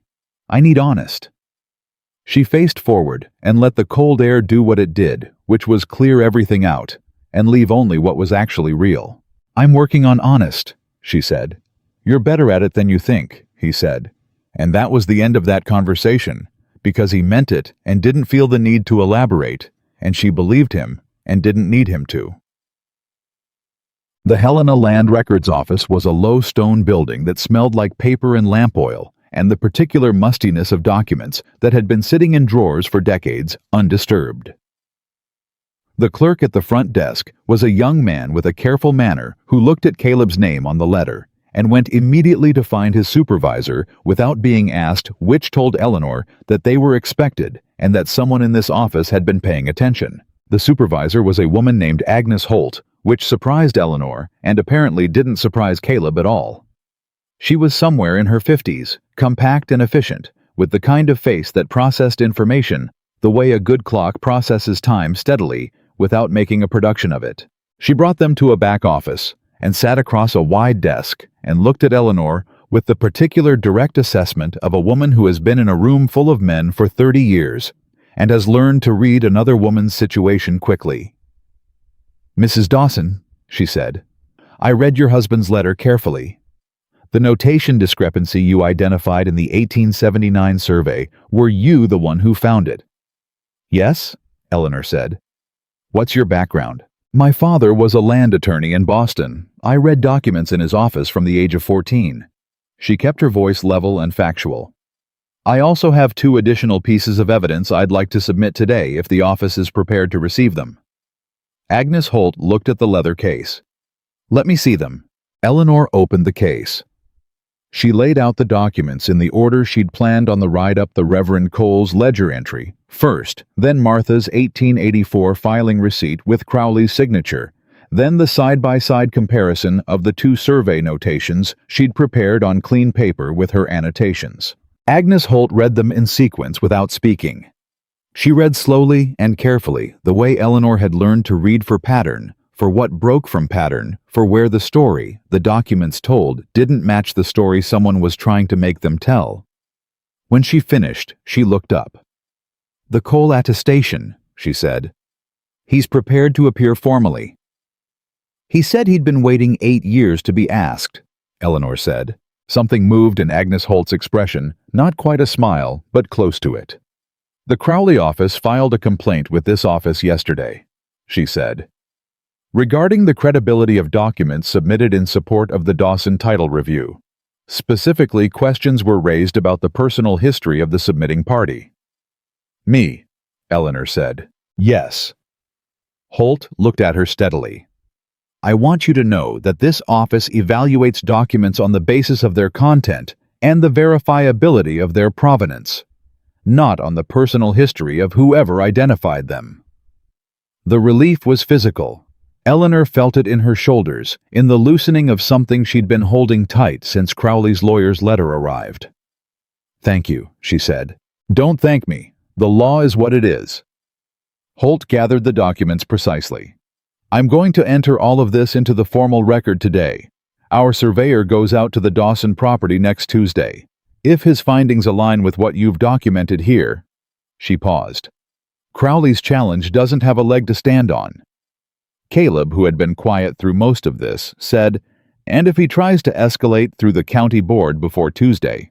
Holt looked at him. "Then he'll find that the territorial office outranks the county board, and that we've already opened a formal review, and that interfering with that process carries consequences he will not enjoy." She stood. "Mr. Dawson, Mrs. Dawson, I'll be in touch by the end of next week." They shook hands and left. In the street outside, the cold bit hard, and the sky was the particular flat white of a day considering snow. Eleanor stood for a moment and breathed it in. "She's going to hold," she said. "Yes," Caleb agreed. "Crowley is going to push hard between now and Tuesday."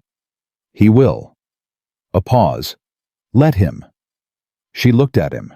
There was something different in his face today than what she was used to, a quieter kind of certainty, like a man who has looked at the cards on the table and understood he has what he needs to play the hand. "You're not worried," she said. It came out almost like an accusation. "I'm not worried," he said. "But I've got a forged document, a witness who's been sitting on 8 years of testimony, a neighbor with a paper trail, and a wife who can read a land record faster than any lawyer I've ever met." He looked at her. "What exactly is there left to worry about?" She stared at him. "You called me your wife. You are my wife. You've you've said Mrs. Dawson, but you haven't. Eleanor." He said her name with the patience of a man who has figured out that she needs to hear things plainly, or she won't hear them at all. "You are my wife, not a contract, Not an arrangement. Mine. A beat. And I intend to make sure Crowley understands that when he goes looking for a weak spot, he's going to find that there isn't one. She stood in the cold street in Helena, Montana, and looked at this man she had married 6 weeks ago on paper and somewhat longer ago in practice, and she thought I came 2,000 miles to find something I couldn't have named when I left. And I found it. And I am not going to waste it by being afraid of it. All right, she said. All right. All right, she said again. And this time there was something in her voice that hadn't been there before, something settled and decided, and not going anywhere. Let's go home. Doug. The Tuesday surveyor came and went in 4 hours and said nothing to anyone except that his report would be submitted to the Helena office within 5 business days.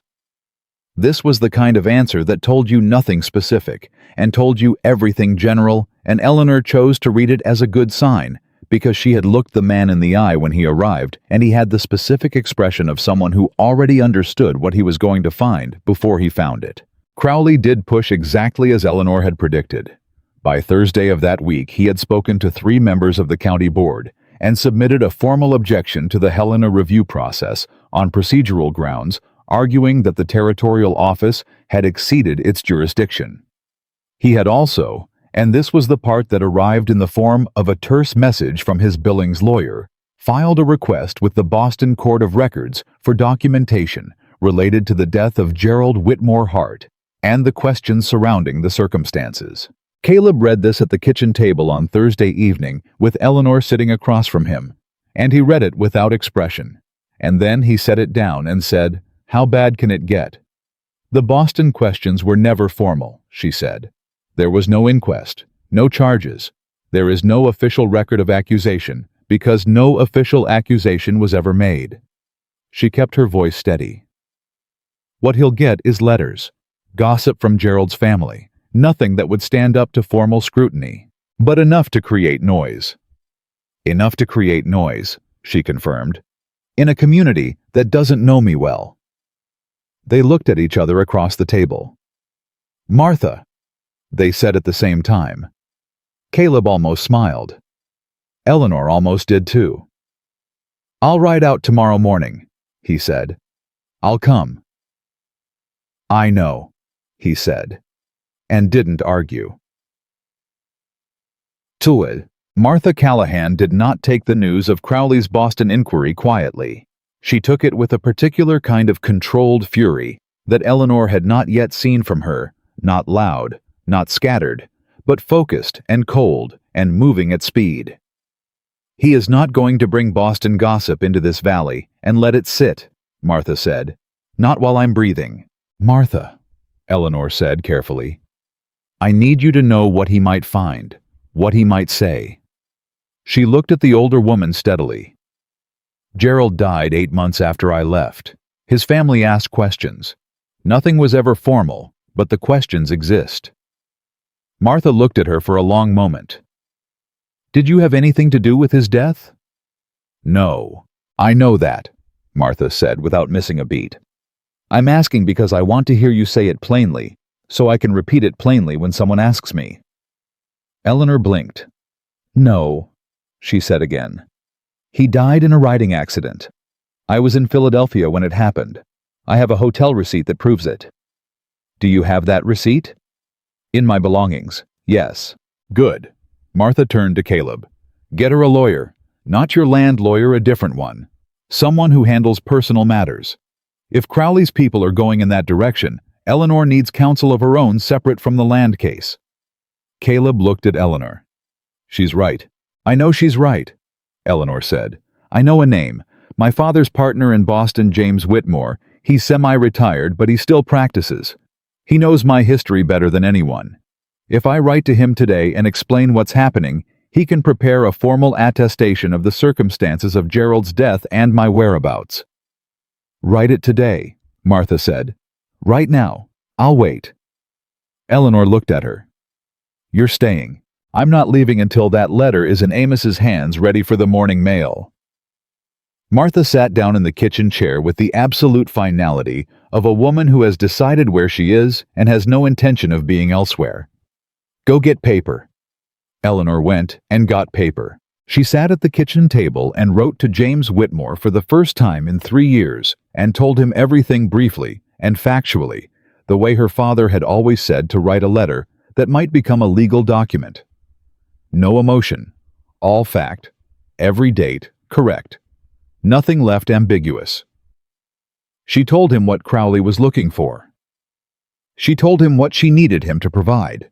She told him she was sorry to put this burden on him. She didn't tell him she was happy. She'd write that letter separately later when this was done. But writing this specific factual "here is what I need" letter, she felt something she recognized distantly as herself. The part of herself that her father had trained and Gerald had tried to silence, and Montana was gradually bringing back to surface. She sealed the letter and handed it to Amos and watched him ride out with it. "Now what?" she said. "Now." Martha said, pouring herself more coffee, like she lived there. "We wait for the Helena report, and we make sure that when Crowley starts making noise in this county, there are enough people who know the real story to make the noise fall flat." She looked at Eleanor directly. "There are 15 families in this valley who have reasons of their own to see Crowley's power reduced. I've spent the last week reminding them of those reasons." She paused. "You are not fighting this alone. I want to be clear about that." Eleanor sat down slowly. The weight of those words, "you are not fighting this alone," settled into her in a way that was physical, like warmth after cold. "Why?" she asked. "Why are you doing this? You barely know me." Martha set down her cup and looked at Eleanor with those clear, direct eyes. "Because I remember what it was like to be new in this valley," she said. "I came here from Ohio 30 years ago with Henry and a wagon and no idea what I was doing. And the first woman who came to my door brought a pot of soup and told me which families were worth knowing and which ones would smile to my face and gossip behind my back. That woman has been dead for 12 years. She paused. "I've been paying that debt ever since." Eleanor looked at her. She had nothing adequate to say. She knew she didn't, and Martha knew she knew it. And so Martha just nodded once, and they sat with it in a comfortable silence. Caleb, who had been standing in the doorway listening, said, "I'll put the coffee on again." "Good man," Martha said. Poet. The Helena report came on a Friday morning 9 days after the surveyor's visit. Amos rode hard from town with it, and Eleanor heard him coming from inside the house and was already at the door when he reached the yard. He climbed down and handed her the envelope with a face that told her exactly nothing, which she'd learned was Amos's particular way of having feelings about things. He locked them down so completely that the total absence of expression was itself an expression. She took the envelope and went inside and set it on the table and stood looking at it for a full 30 seconds. Then Caleb came in from the barn and saw her standing there. "Is that it?" he said. "Yes." He came and stood beside her, not reaching for it, not telling her to open it, just standing beside her the way he had in the yard the day Crowley came present, solid, refusing to be elsewhere. She opened it. The report was 6 pages. She read the first paragraph, and then she had to stop and read it again to make sure she'd understood it correctly. The Helena Territorial Surveyor had found upon examination of both the original 1879 survey and the corrected survey filed by the Cutter County Land Records Office in 1885 that the corrected survey had been produced by a hand other than that of the original surveyor, James Whitfield, deceased 1883. The notation discrepancy was confirmed. The correction was deemed fraudulent. The original survey boundaries were recommended for reinstatement. Furthermore, given the evidence of direct access to the original survey records by the county land official at the time of Whitfield's death, the office was referring the matter to the Territorial Attorney General for investigation into potential abuse of official authority. Eleanor set the report on the table. "They're referring it to the Attorney General," she said. Caleb read the line himself. Something crossed his face, not triumph, something quieter and deeper than that. The expression of a man who has been holding a weight for a long time and has just been told he can set it down. "It's over," he said. "The land part is over," Eleanor said. "Crowley still has the Boston inquiry. Without the land case to anchor it, his lawyer drops it." Caleb looked at her. He was using your past as leverage on the property dispute. Without the property dispute, he has no reason to spend money pursuing a personal attack that has no legal object. She stood with that for a moment, turned it over, let herself actually believe it. He's going to lose his position, she said. Attorney General gets involved? Yes, probably. Caleb paused. He made enemies doing this, not just us. Half this county has a complaint against Crowley they've been sitting on for years. Once the Attorney General opens a file, he stopped. Those people will talk. Martha's people. Martha's people. He looked at her. You told me to let Martha talk first. I did. You were right.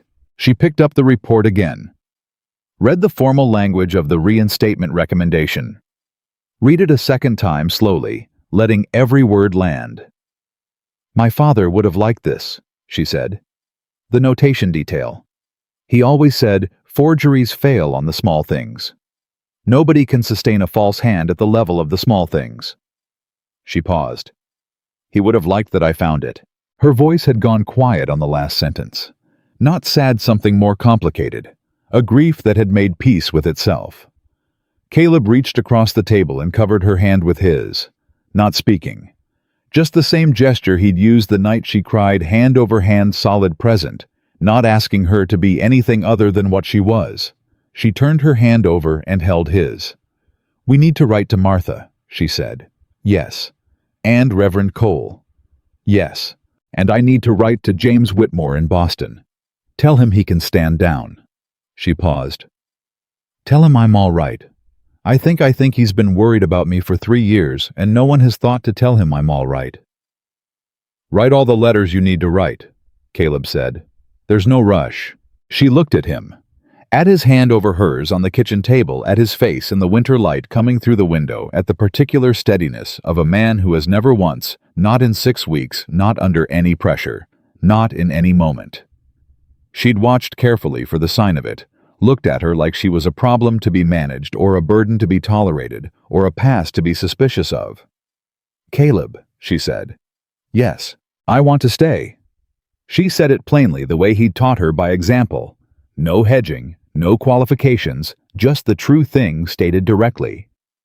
Not because of the arrangement, not because I have nowhere else to go. I want to stay because this is because you are, she stopped, found the words. Because this is the first place I've been in 10 years where I wake up in the morning and I'm not afraid of the day. The kitchen was very quiet. Then stay, he said, like it was simple. Because for him, it was. I'm going to need to do things, she said. I'm not going to just manage the house and be grateful. I need work, real work. The accounts, the land records, the legal correspondence. I need to be useful in ways that matter.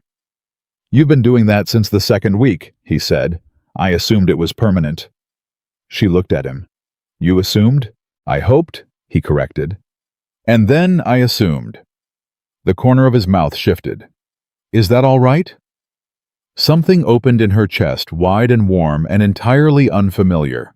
The specific sensation of being known by someone in a way that was entirely safe. Yes, she said. That's all right. She picked up a pen and pulled a fresh sheet of paper toward her and began to write the letter to Martha. Outside, the snow that had been threatening all week finally arrived. She heard it in the change of sound around the house, the particular soft hush of a world going white and quiet. She wrote steadily, and Caleb sat across from her and went through the ranch accounts, and the stove burned warm, and the lamp was bright, and the afternoon went on around them like any other afternoon that happened to contain somewhere inside its ordinary hours something that would hold. Chat on. 3 days after the report arrived, the county board convened an emergency session. Caleb and Eleanor attended together. The room was not large, but it was full. Eleanor recognized faces from the valley: Pete Garland, Tom Briggs, and his wife, 4 or 5 others she'd met through Martha or Amos. They were there, she understood, not because the board session required spectators, but because Martha had told them to be there, because witnesses mattered, because a room full of people who already knew the story was a room where a different story couldn't get much purchase. Crowley was there too. He sat at the front with his lawyer and his careful, pleasant expression, and he looked at Eleanor once when she came in just briefly, just enough to assess, and then he looked away. She had expected when she saw him to feel afraid. That was what she was braced for. The familiar cold that came when a man who had power over something she valued was in the same room. It didn't come. What came instead was something clear and flat, and almost impersonal. She looked at Victor Crowley, and she felt nothing except the calm certainty of a woman who has done the work and knows what the evidence shows. She sat down beside Caleb, and he didn't take her hand or look at her with any special expression. He just sat beside her, the way he always sat beside her, which was simply present. And that was exactly enough. The board chairman read the Helena report into the official county record. He read the surveyor's findings. He read the referral to the attorney general. He read it all in the deliberate, careful voice of a man who understood that what he was reading was going to be the record of this meeting for a very long time, and he wanted to get it right. Crowley's lawyer objected twice on procedural grounds.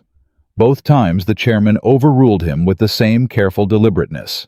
The vote to reinstate the original survey boundaries was 4-1.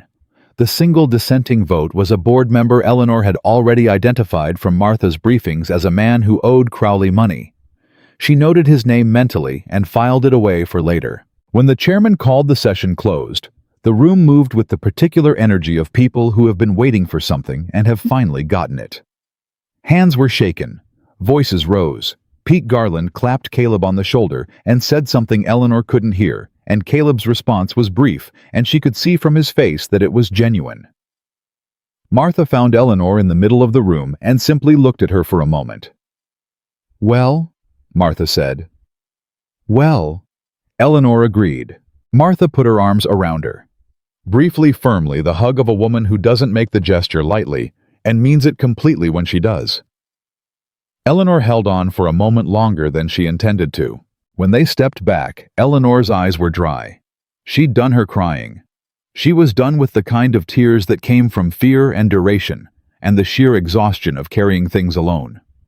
She was not done with tears entirely. She knew herself well enough now to know that, but the ones that were left were a different kind, and they could wait for a quiet moment and a warm room. Crowley left the building without speaking to anyone.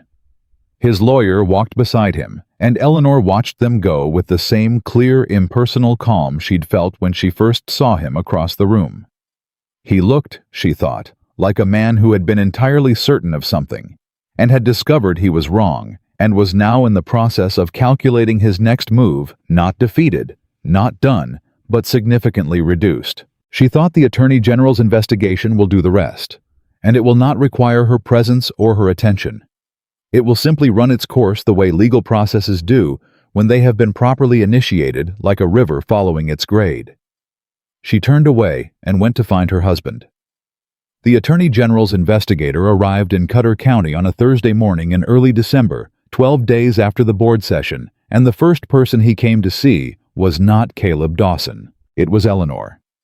She found this out when Amos came to the barn where she was working and said with his particular economy of expression, "Man from Helena at the door. Says he's with the Attorney General's office, and he'd like to speak with Mrs. Dawson specifically." She set down what she was doing and walked to the house without hurrying, because she had learned was still learning that the reflex to brace to accelerate her heartbeat at any official arrival was something she could choose not to feed. She recognized the reflex. She let it exist without letting it run. The investigator's name was Thomas Aldrich. He was 40 lean, with a methodical manner and the careful eyes of a man whose job required him to read people quickly and accurately. He stood when she came in, which she noted. "Mrs. Dawson," he said, "thank you for seeing me." "Sit down," she said. "I'll put coffee on." She put the coffee on and sat across from him and looked at him directly, which seemed to adjust something in his approach. She saw him recalibrate slightly, the way people did when they came in expecting uncertainty and found something else. "I'm reviewing the land records case and the referral from the Helena office," he said. "I've already spoken with Agnes Holt and with Reverend Cole. I need your account of the notation discrepancy, how you identified it, what your process was." She told him. clearly in order every step of how she'd read the documents and what she'd seen and why it mattered. He took notes. He asked precise follow-up questions, and she gave precise answers, and the whole thing took 40 minutes. And was she realized about halfway through not frightening at all. It was simply a conversation between two people who both cared about getting the facts right. When he closed his notebook, he said, "I want to ask you about something else, and you are not required to answer." "Go ahead." "Crowley's lawyer filed a character inquiry regarding your personal history in Boston. Were you aware of that?" "Yes. The inquiry was reviewed by this office. The death of Gerald Whitmore Hart in 1885. He paused.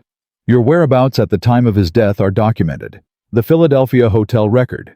An attorney named James Whitmore provided a formal attestation 2 weeks ago." He looked at her steadily. "This office considers that matter closed.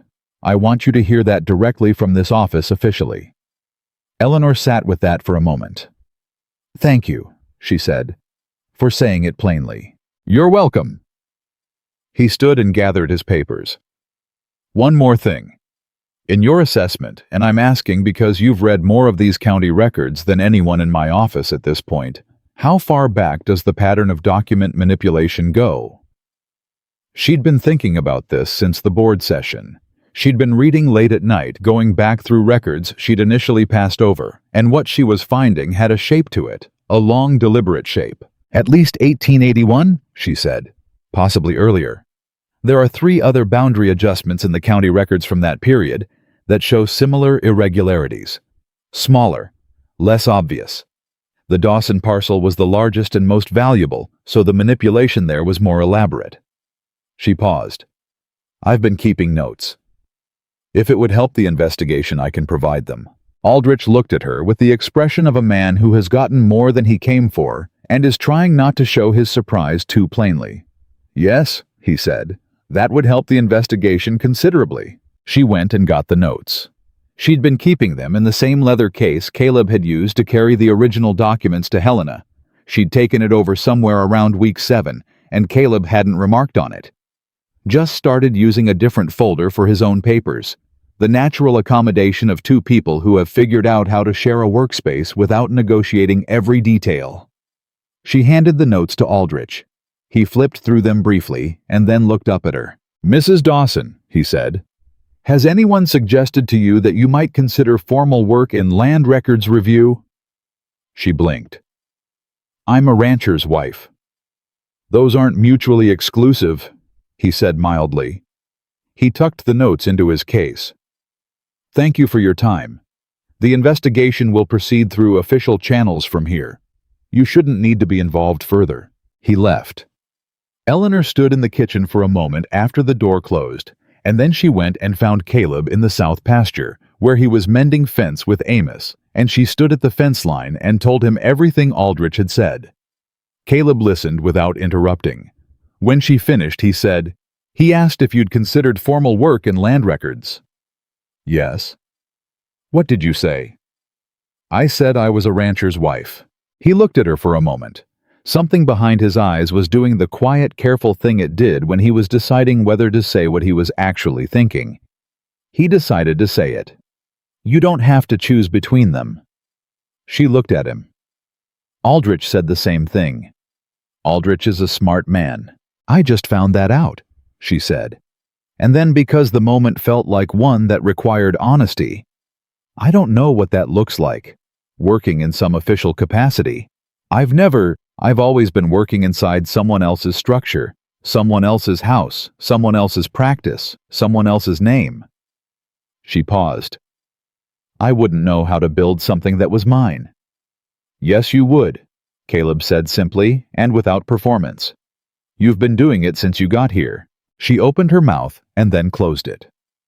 Amos, to his credit, was examining a fence post with great attention and giving every impression of being somewhere else entirely. "We'll talk about it," she said finally. "Tonight," he said.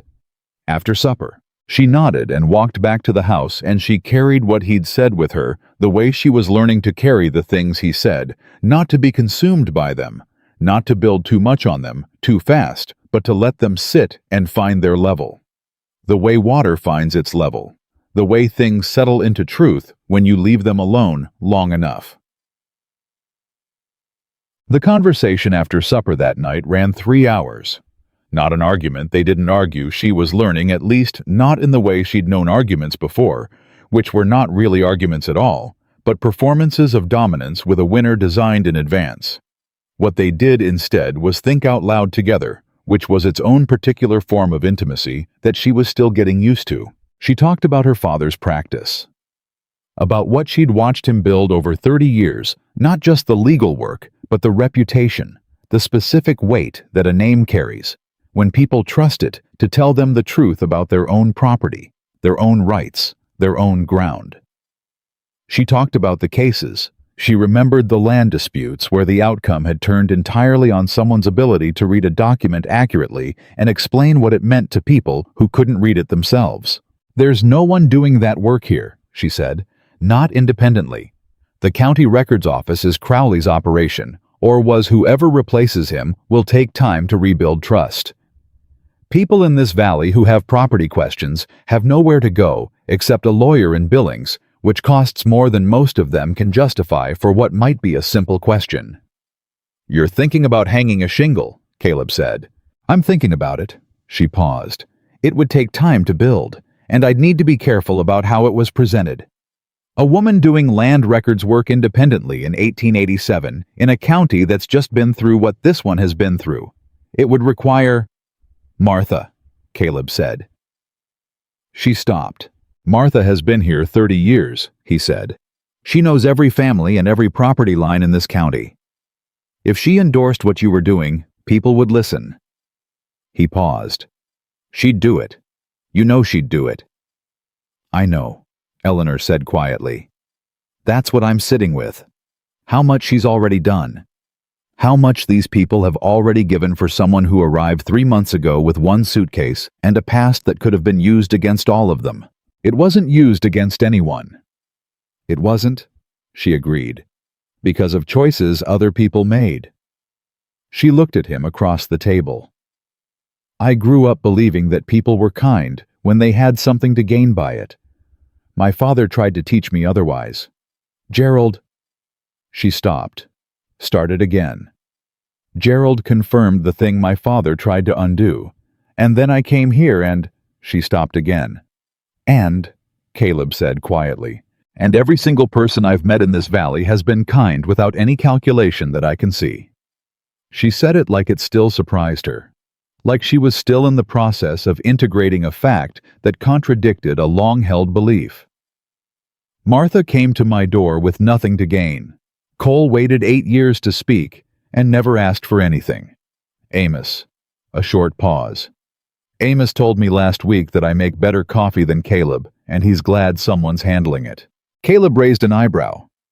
"He said that—" Those were his exact words. "I make adequate coffee." "You make terrible coffee," she said. "Everyone knows it, and no one told you because you're the one who owns the ranch." He looked at her. She looked at him. And then she laughed, a real laugh, unguarded and surprised, the kind that comes before you can decide whether to allow it. And after a beat, Caleb laughed too, the low, quiet laugh of a man who doesn't do it often, and means it completely when he does. The kitchen held the sound of it for a moment after they stopped. Eleanor sat with the residue of it, the specific lightness it left behind, and thought I laughed. Without thinking about whether it was safe to laugh, without checking the room first. Something in her chest registered this as significant. Filed it. "Build it," Caleb said. The conversation had moved 3 different places, and he'd come straight back to the original point with the focused steadiness that was entirely characteristic of him. "Whatever structure makes sense. Use the back room. It's not doing anything. Put a proper desk in there, proper shelving for documents. If you need a clerk, eventually we'll find one." He paused. "This valley needs what you can do. And you need—" He stopped, chose the words carefully. "You need something that belongs entirely to yourself, that no one can take because it's not dependent on anyone else's goodwill to exist." She went very still. He'd seen it. The one thing she hadn't said directly, the architecture of the fear underneath everything else, the specific terror of building anything on someone else's land inside someone else's life, because she'd done that before and learned what happened when the foundation belonged to someone who could withdraw it. He'd seen it and named it without making her say it first. "Yes," she said. Her voice was careful and very direct. "That's exactly it." "I know," he said. "You've known for a while." "Since around week 3, he said. "When you reorganized the accounts ledger. The way you did it, everything in a system that anyone could pick up and continue without you. I thought she's not building something she believes she'll be here to maintain. She's building something that could run without her because she doesn't trust yet that she'll be here." The accuracy of it was almost painful. "And you didn't say anything. It wasn't the right time." He looked at her steadily. "Is it the right time now?" She thought about that seriously, the way he'd taught her by example, not a rhetorical question, an actual one that deserved an actual answer. "Yes," she said. "I think it is." He nodded once. "Then build it to last," he said. "Build it for yourself. Build it like you're going to be here in 30 years, and you want it to still be standing." She looked at him across the kitchen table in the lamplight, and for the first time since Boston, she let herself do the thing she'd been most carefully avoiding. She let herself believe in the specific future he was describing. Not as a hope, not as a possibility, as a plan. "All right," she said. "I will." Crowley's formal removal from the county land office came through in the second week of December. Aldrich sent a copy of the official notice to Caleb, and Caleb brought it to Eleanor and handed it to her without comment, and she read it once and set it on the desk in the back room. Her desk now moved there the previous week with Amos's help and Caleb's careful avoidance of the word "I told you so." She didn't feel triumphant. She'd expected to, and the absence of it surprised her briefly. What she felt instead was something quieter, the particular exhale of a long tension finally released. The feeling of a door closing on a room she'd been watching with one eye for months. She wrote to James Whitmore in Boston that afternoon. She told him the official outcome. She told him about the investigation and the Attorney General and the board session. She told him about the land records work she was building. She told him, and this was the part that cost her something to write, that she was well. That she used the word carefully, turned it over before committing it to paper home. She didn't know if he'd understand what that meant after everything. But she thought her father's old partner, who had quietly held her travel money and not asked questions and helped her disappear from a city that was closing in around her, she thought he'd understand, actually. She thought he'd been waiting for this letter. She sealed it and gave it to Amos and went back to the back room and sat at her desk and started building the organizational system for the county property records consultation she was going to open in January. She worked until the lamp needed oil, and then she refilled it and kept working. And when Caleb knocked on the doorframe at 9 o'clock and said, "Supper was 2 hours ago," she looked up with the specific disorientation of someone who has been entirely absorbed in something, and she said, "I forgot." He looked at her face, at the papers spread across the desk, at the precise, organized system she'd built in 3 hours. "I'll bring something in," he said. "You don't have to." "I know I don't have to." He went to the kitchen. He came back with bread and cold meat and a cup of coffee and set it on the corner of the desk without disturbing her papers, and then he pulled the chair from the corner and sat in it and picked up the document nearest to him and started reading. She looked at him. "What?" he said without looking up. "Nothing," she said, and went back to work. They stayed in that room together for another 2 hours. Him reading, occasionally asking a question, her answering, both of them working in the easy parallel that had become the texture of their evenings. The house was quiet around them. The snow outside had been falling since afternoon, the deep, soft kind that covered everything and changed the sound of the world to something almost reverent. At 11, Caleb set down the last document and said, "You're going to be very good at this." "I already am," she said. "Not arrogance, just fact." He looked at her with that corner of the mouth shift that she'd cataloged by now, the specific register of his quiet pleasure in her. "Yes," he said. "You already are."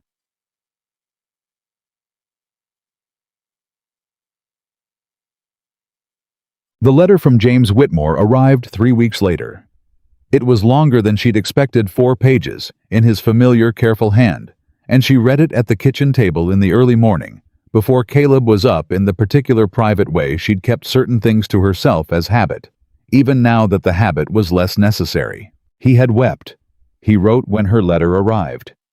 He was not a sentimental man, and he wanted her to understand that, but he had carried the weight of that Philadelphia morning, the morning he'd handed her an envelope of money and put her in a coach and watched her go, and not known if she would be all right. He'd carried that weight for 3 years, and her letter had set it down. He wrote about her father, about the cases they'd worked together, about a conversation her father had once had with him over whiskey about Eleanor, about how bright she was, and how he worried for her.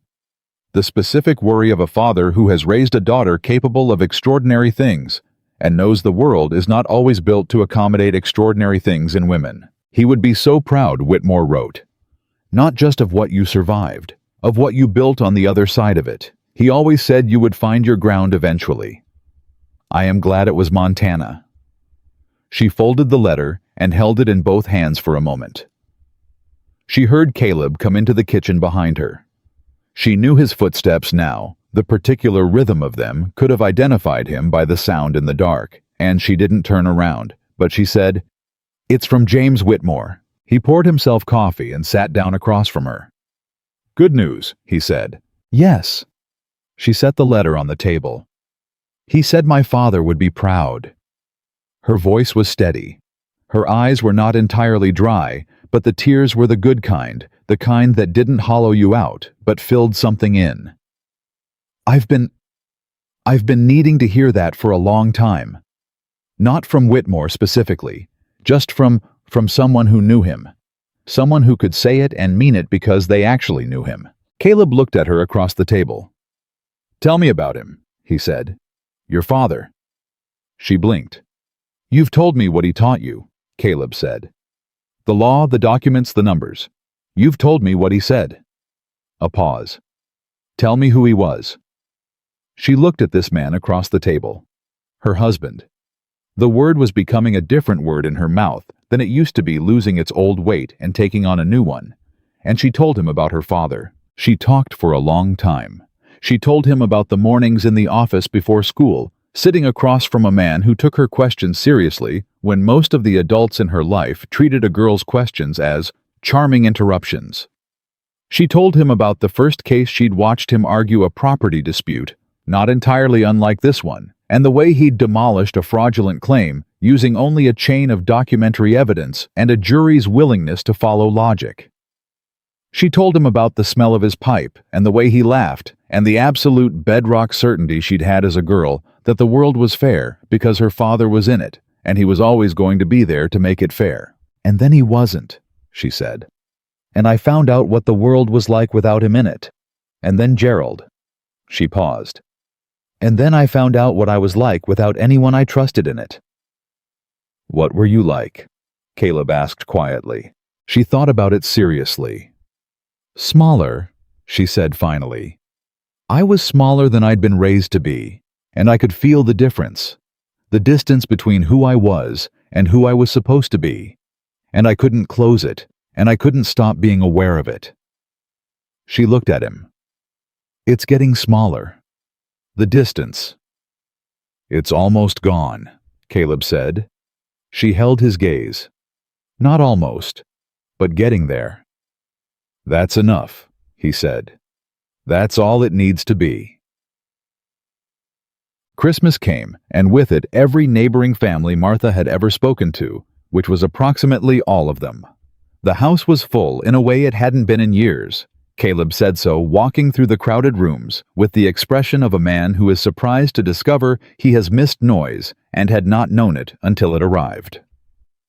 Eleanor was in the kitchen when Martha found her pulling her away from the stove by both hands. "You are not spending Christmas in the kitchen," Martha said firmly. "Someone has to. Amos's wife is handling it, and she is considerably more organized than you are, which I say with great affection." Martha pulled her into the main room. "Come and talk to people. Let people talk to you.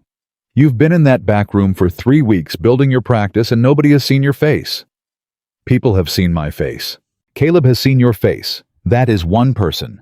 Martha deposited her next to Tom Briggs's wife, a warm woman named Clara, who immediately began talking about a property line question she'd had for 2 years and hadn't known who to ask.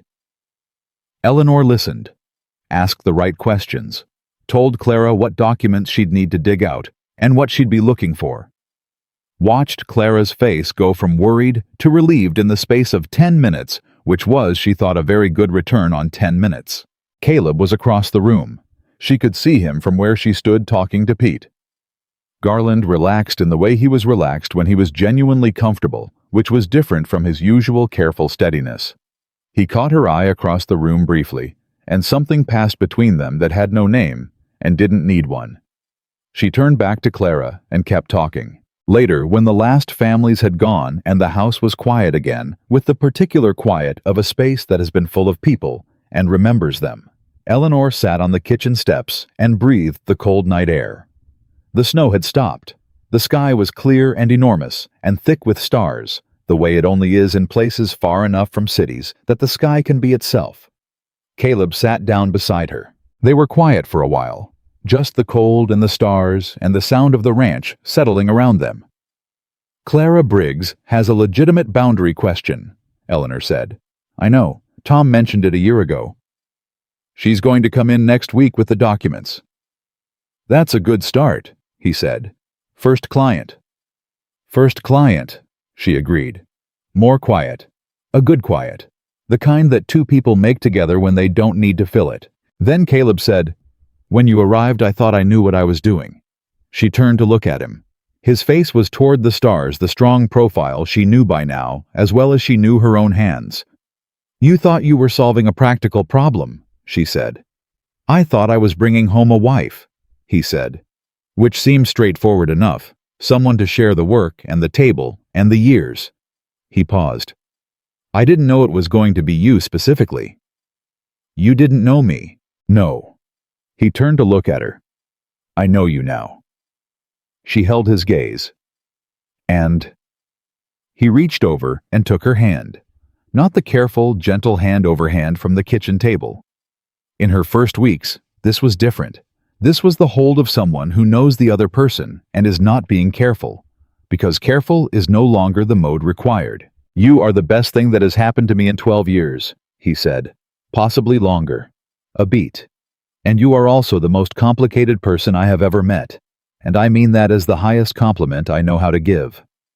Something in her chest expanded so fast it almost hurt. She turned back to the stars and breathed until she trusted her voice. I didn't know it was going to be you, either, she said. When I wrote to the agency, I thought I was looking for safety. I thought that was the most I was capable of wanting. She paused. I didn't know safety could look like a person. He was quiet for a moment. I want to marry you properly, he said. In the spring. When the ground is clear and the neighbors can come. Not the paperwork we did in September. He paused.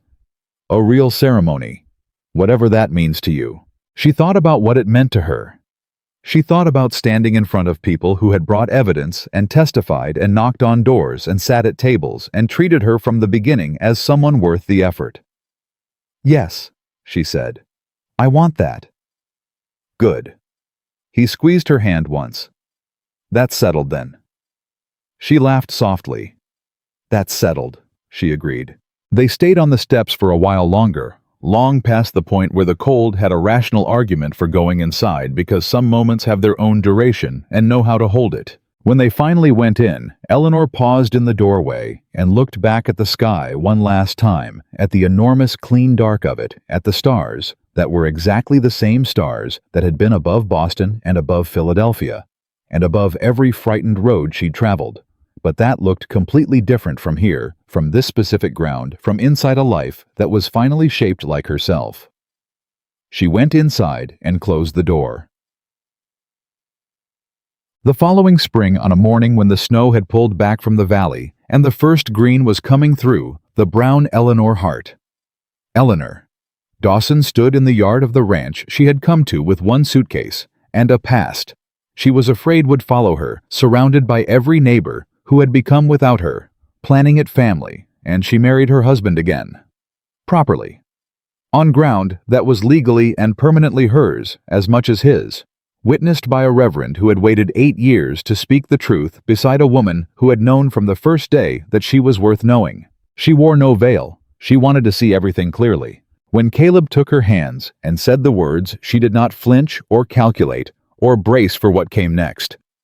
She simply looked at him, the steady, patient, entirely honest face of the man who had asked her on the first day if she'd had anything to eat, who had installed a lock on her door before she arrived, who had sat beside her at every hard table and called her capable before she remembered she was, who had looked at everything she carried and called it survivable, and then helped her set it down. She said yes with her whole self, nothing held back, nothing measured out in careful portions.